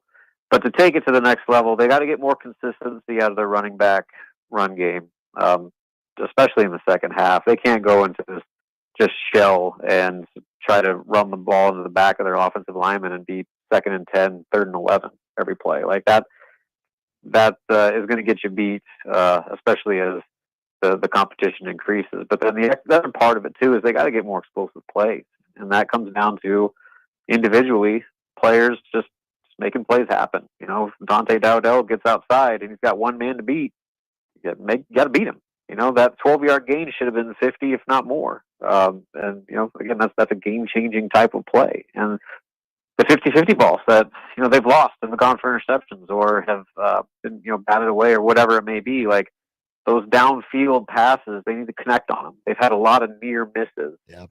Obviously, the miss against Illinois cost them the game. There was a play, can't remember who was against, but they had Jalen Lloyd just streaking down the sideline, wide open, nobody within 20 yards, and they missed it. Like, those are the things they gotta get that going, because that changes everything when you're able to start hitting some more home runs and not trying to beat everybody with singles. All right, Robin, we'll let you go. Appreciate the time as always, my friend. Good to chat, and we'll talk to you next week. Sounds good. Do it. Robin Washut of HuskerOnline.com. As I've said, I think Nebraska needs more just individually from its wide receivers and its running backs. Not necessarily from a production standpoint, but like what Rule said the other day about running backs was we got to take these gains that they're giving us and we got to turn them into more than that. Break a tackle, make a guy miss. I think for the wide receivers, their version of that is it feels like a lot of Nebraska's big plays, just as they were last year for obvious reasons, because they didn't have good quarterback play. It feels like Nebraska's big plays down the field this year are just, they're a little bit more schemed than I want them to be, right?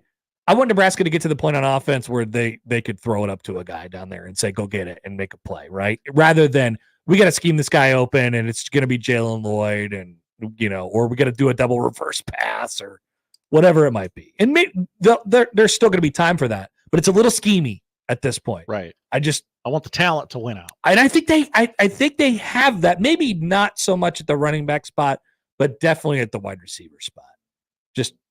Just want a little bit more out of those couple guys out there. All right, we'll come back. Still a couple things left to get to. I could get emotional about the Royals if you'd like me to. Always fun. Always fun. What else have we not gotten to yet? Oh, Heine. People love Heine. Talking about Heine. So, whatever you'd like to get into. We also have a couple more opinions coming in as well, which I appreciate. Love that. Back after this on 1620 The Zone.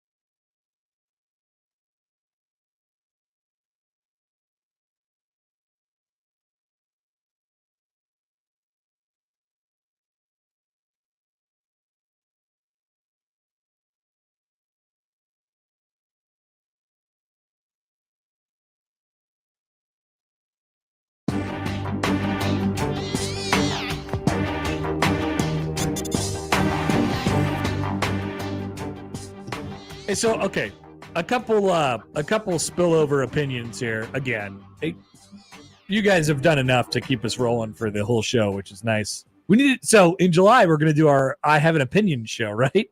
Absolutely. Many shows. It's like a topic alert show. Yeah. Matt said earlier when we were talking about like crock pots and stuff like that. Matt said the whitest thing in the United States is crab rangoon and sweet and sour pork from a Chinese restaurant. Literally, Chinese people don't even know what that is. Sweet and sour pork, huh? Yeah. I would never. Yeah, I get sweet and sour chicken. Maybe is that even whiter? Possibly. It might be. Seems like it might be, yeah. Hey, I'll tell you what, man. And I don't think this is a white person thing. I love crab rangoons. You can't be like white people love, like black people love crab rangoons too. Okay. I don't know. Poll question? No, thank you. Come on, do it. No, it's all right. We can. All right. If anybody is black and listening to the show, do you like crab rangoons? First of all, do you like crab rangoons? Oh, okay. Yeah. Because I just want like, or maybe it is a white person thing. I don't know, but I love crab rangoons. Feels like Matt might be onto something. Oh, I have no problem admitting my whiteness in some areas. I'm genuinely curious about this one. Okay. I'm genuinely curious about this one. Then we also got speaking of food, and I can never remember, is it Cena? I think it's Kina. Kina. My brain never wants to say Kina. The line is blurring between muffins and cupcakes, and it's a problem. I agree with that opinion. Great opinion. I don't know what a muffin and cupcake even is anymore. Yeah. Tim TC has chimed in on the YouTube. TC, we know TC. TC is a black man. Thank you. Quote, I love crab rangoons. I love crab rangoons. Thank you, TC. Really bailed us out there. Bam writes in, waiting for Michael to chime in. Kina says crab rangoons transcend color, creed, and religion. I don't know a single person who's like, crab rangoons? No, thank you. Pass. I don't know that person. I don't want to know that person. But anyway, muffins and cupcakes. Oh, agreed. Gosh. Agreed. What's a muffin? What's a cupcake? Mm-hmm. I have no idea. I've made this mistake before. Like, what is the actual difference? Does a cupcake? Oh, is a cupcake have to have frosting on it? Is the frosting the difference? Frosting that makes it the cupcake. What makes a cupcake a cupcake? What makes a muffin a muffin? Is a muffin warm? Is a cupcake cold? Also, I wanted to really congratulate everyone on their bravery for sending us food takes, because that is a divisive issue on this station. Muffins versus cupcakes? No, just any food take. Oh yeah, like brave, mm-hmm. Brave, very brave. Cupcake recipes generally have more sugar and fat than muffins, and may include ingredients like whipped eggs or even mayo for texture. Don't put mayo in those. Oh no, like sour cream and like. I know it sounds insane, Josh, but you got to grow up a little bit. This is what happens. No, I like mayo. I'm not. This isn't a John Bishop thing. I thought you were offended by it. No, this is just like use the ingredients. Like there's a big TikTok trend of like, hey, did you know cottage cheese can be a substitute for literally everything? Yeah. Okay. Hey, do you want a Diet Coke in the afternoon? Have you tried just chugging cottage cheese? Good take. No, I like that. This is a good. So, all right. So you told us what a cupcake is. What's a muffin? Muffins come from bread, and a cupcake is more like akin to a cake. Okay. Yeah, hard to tell. I gotta get to the bottom of that one. Here we go. Got a text here. Hi guys, Los here.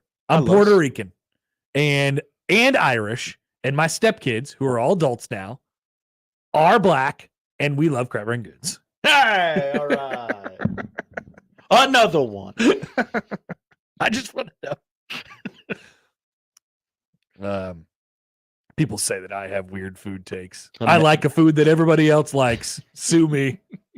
It transcends race, color, and culture. All right. So I mentioned before, but the Big Ten has announced their women's basketball schedule for television. What time do the girls play, Connor? Oh, I can't tell you all of them because that would be horrible.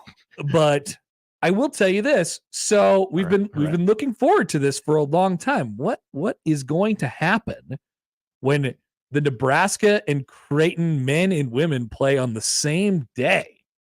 What's going to happen? Well, the game on the women's side will be it is scheduled for Sokol Arena at 4:00. I assume that'll be picked up by FS1 or, a Big East TV partner because that's a Big East game. Nebraska Public Media, maybe. I would think FS1. I would think a network would want it, but if not, I could imagine. Yeah, I mean it's gonna be on locally for sure. Yeah. But 4:00 is an interesting time. So 4:00, game ends at 6 at Sokol, and then you just walk right on over to the Chai, whether you're wearing your blue or whether you're wearing your red. It's going to be awesome. I love that. I love the idea that they're playing. It's like it galvanizes the entire JSCR thing just into one day. Yeah. And at the same time, Nebraska plays in a football game the very next day against Wisconsin, and we'll all come together again. I mean, that's going to be sweet. That is going to be a very cool day. I will very much enjoy that day. Yeah, it's going to be fun. There's going to be a lot of playful banter, as there always is, before and after. And then we all get to come together and beat Wisconsin. So it's 2 years ago. 2 years ago when Nebraska played at Creighton, and it was jacked in there, and Creighton beat them bad. Like Nebraska was pretty good, but Creighton crushed them.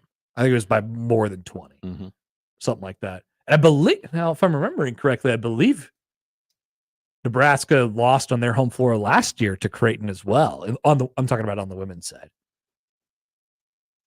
You would know better than. Well, I was there. I just can't remember what happened. Maybe they won. I don't know. Josh, could you look into this for me? I think I've only done. So I've seen Creighton and Nebraska play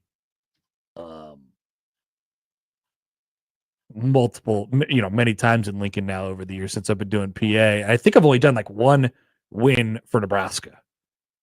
Creighton beat Nebraska 79-74 at PBA on Sunday, November 19th, 2023. Yeah. That's what I thought. I thought that was the case. So Creighton kind of running it a little bit, and they're bringing back basically the entire same team. I think both of those teams are going to be good for the record. And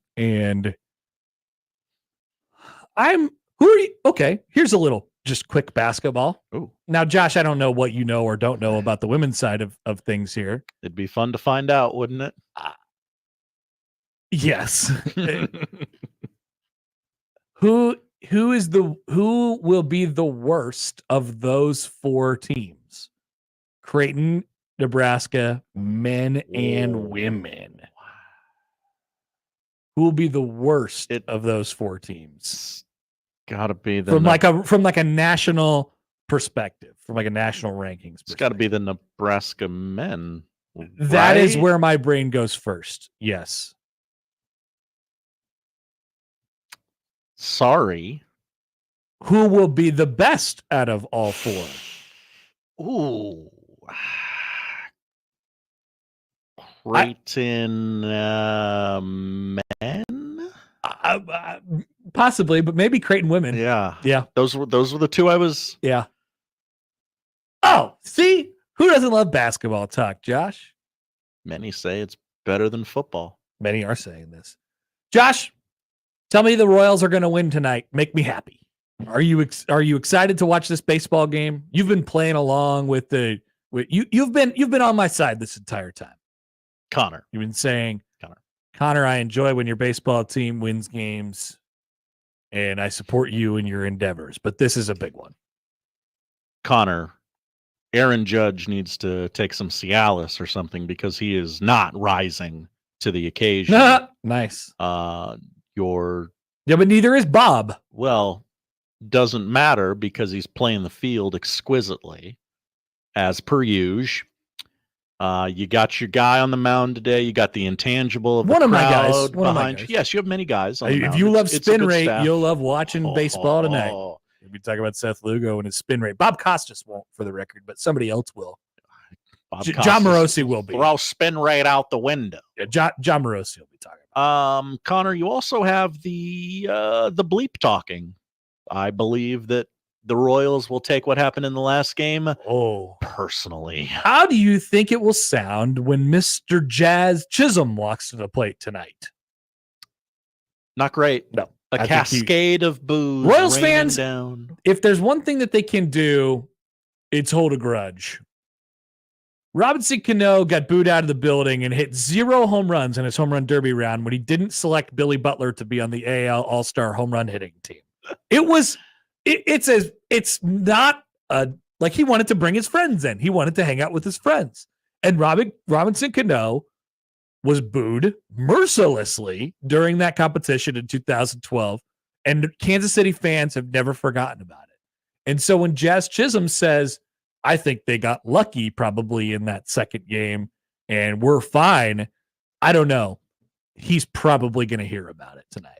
I would He's probably imagine so. And Bob Costas will probably be confused as to why.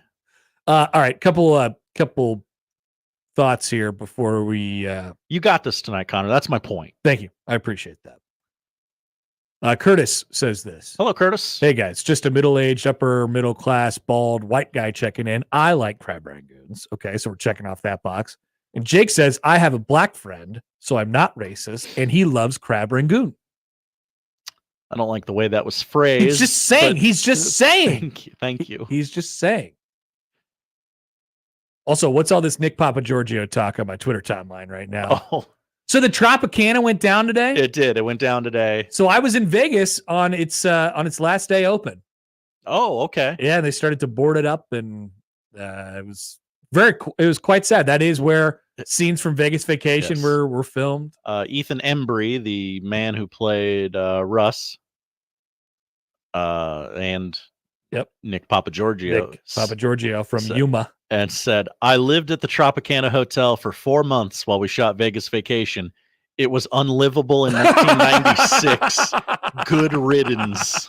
That place did suck. But people love nostalgia, Josh. When buildings go down, people get sad. That's right. Someone sent him a photo of himself in the hot tub. Oh yeah, with the Tropicana girls. Yeah, he said those are the Tropicana girls, and that photo is taken at the Mirage. Even the Tropicana girls don't go to the Tropicana.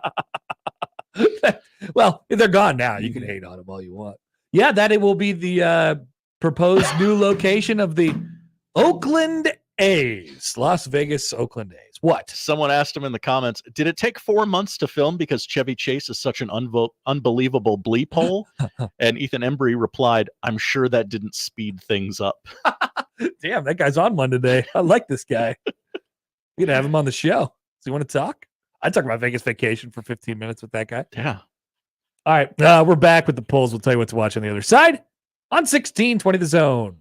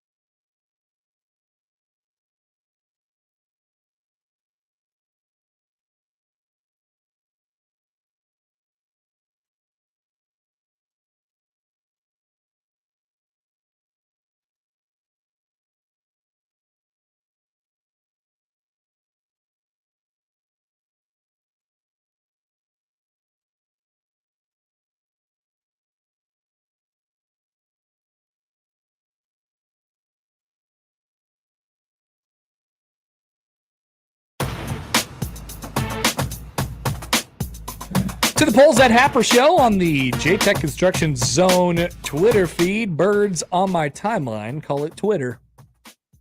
Very quickly, Or X. We'd like to correct the record. What? Tropicana Field in Tampa. Yep. Let's be very careful with this. Fine for now. Speaking of the Tropicana Hotel in Las Vegas. Right across from the MGM Grand. A real scourge on the city. A couple people were confused by the words we spoke on the radio. We wanted to clarify. Thought they heard some things that they did not hear. Just to be clear, check the tapes on that one. All right, to the polls. We had a feud today. All right, good for us. We were pulled up today. Cobb salad, yes or no? No.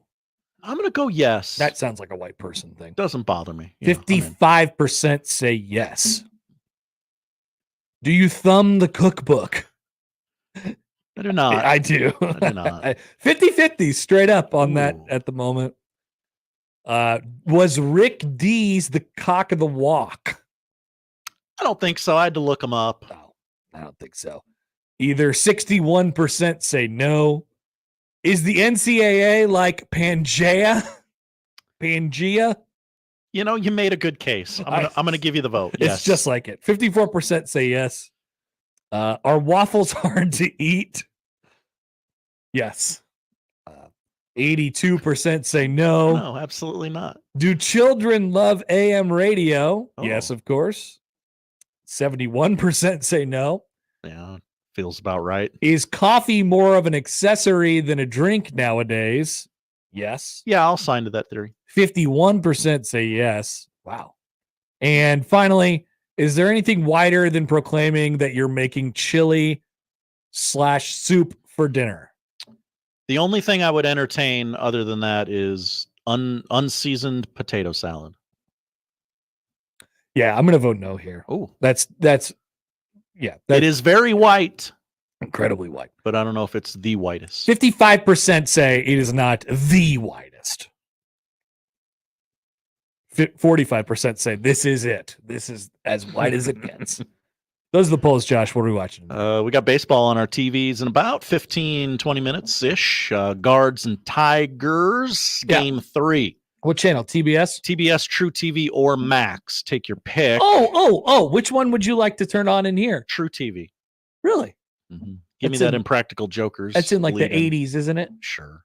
That's a 2:00 start. Phillies and Mets. It is now or never for the Philadelphia Phillies. They will be eliminated today with Don't a sound loss. so sad about it. Well, Bryce Harper, second coming of Christ. No significant wins on his resume. Seems odd.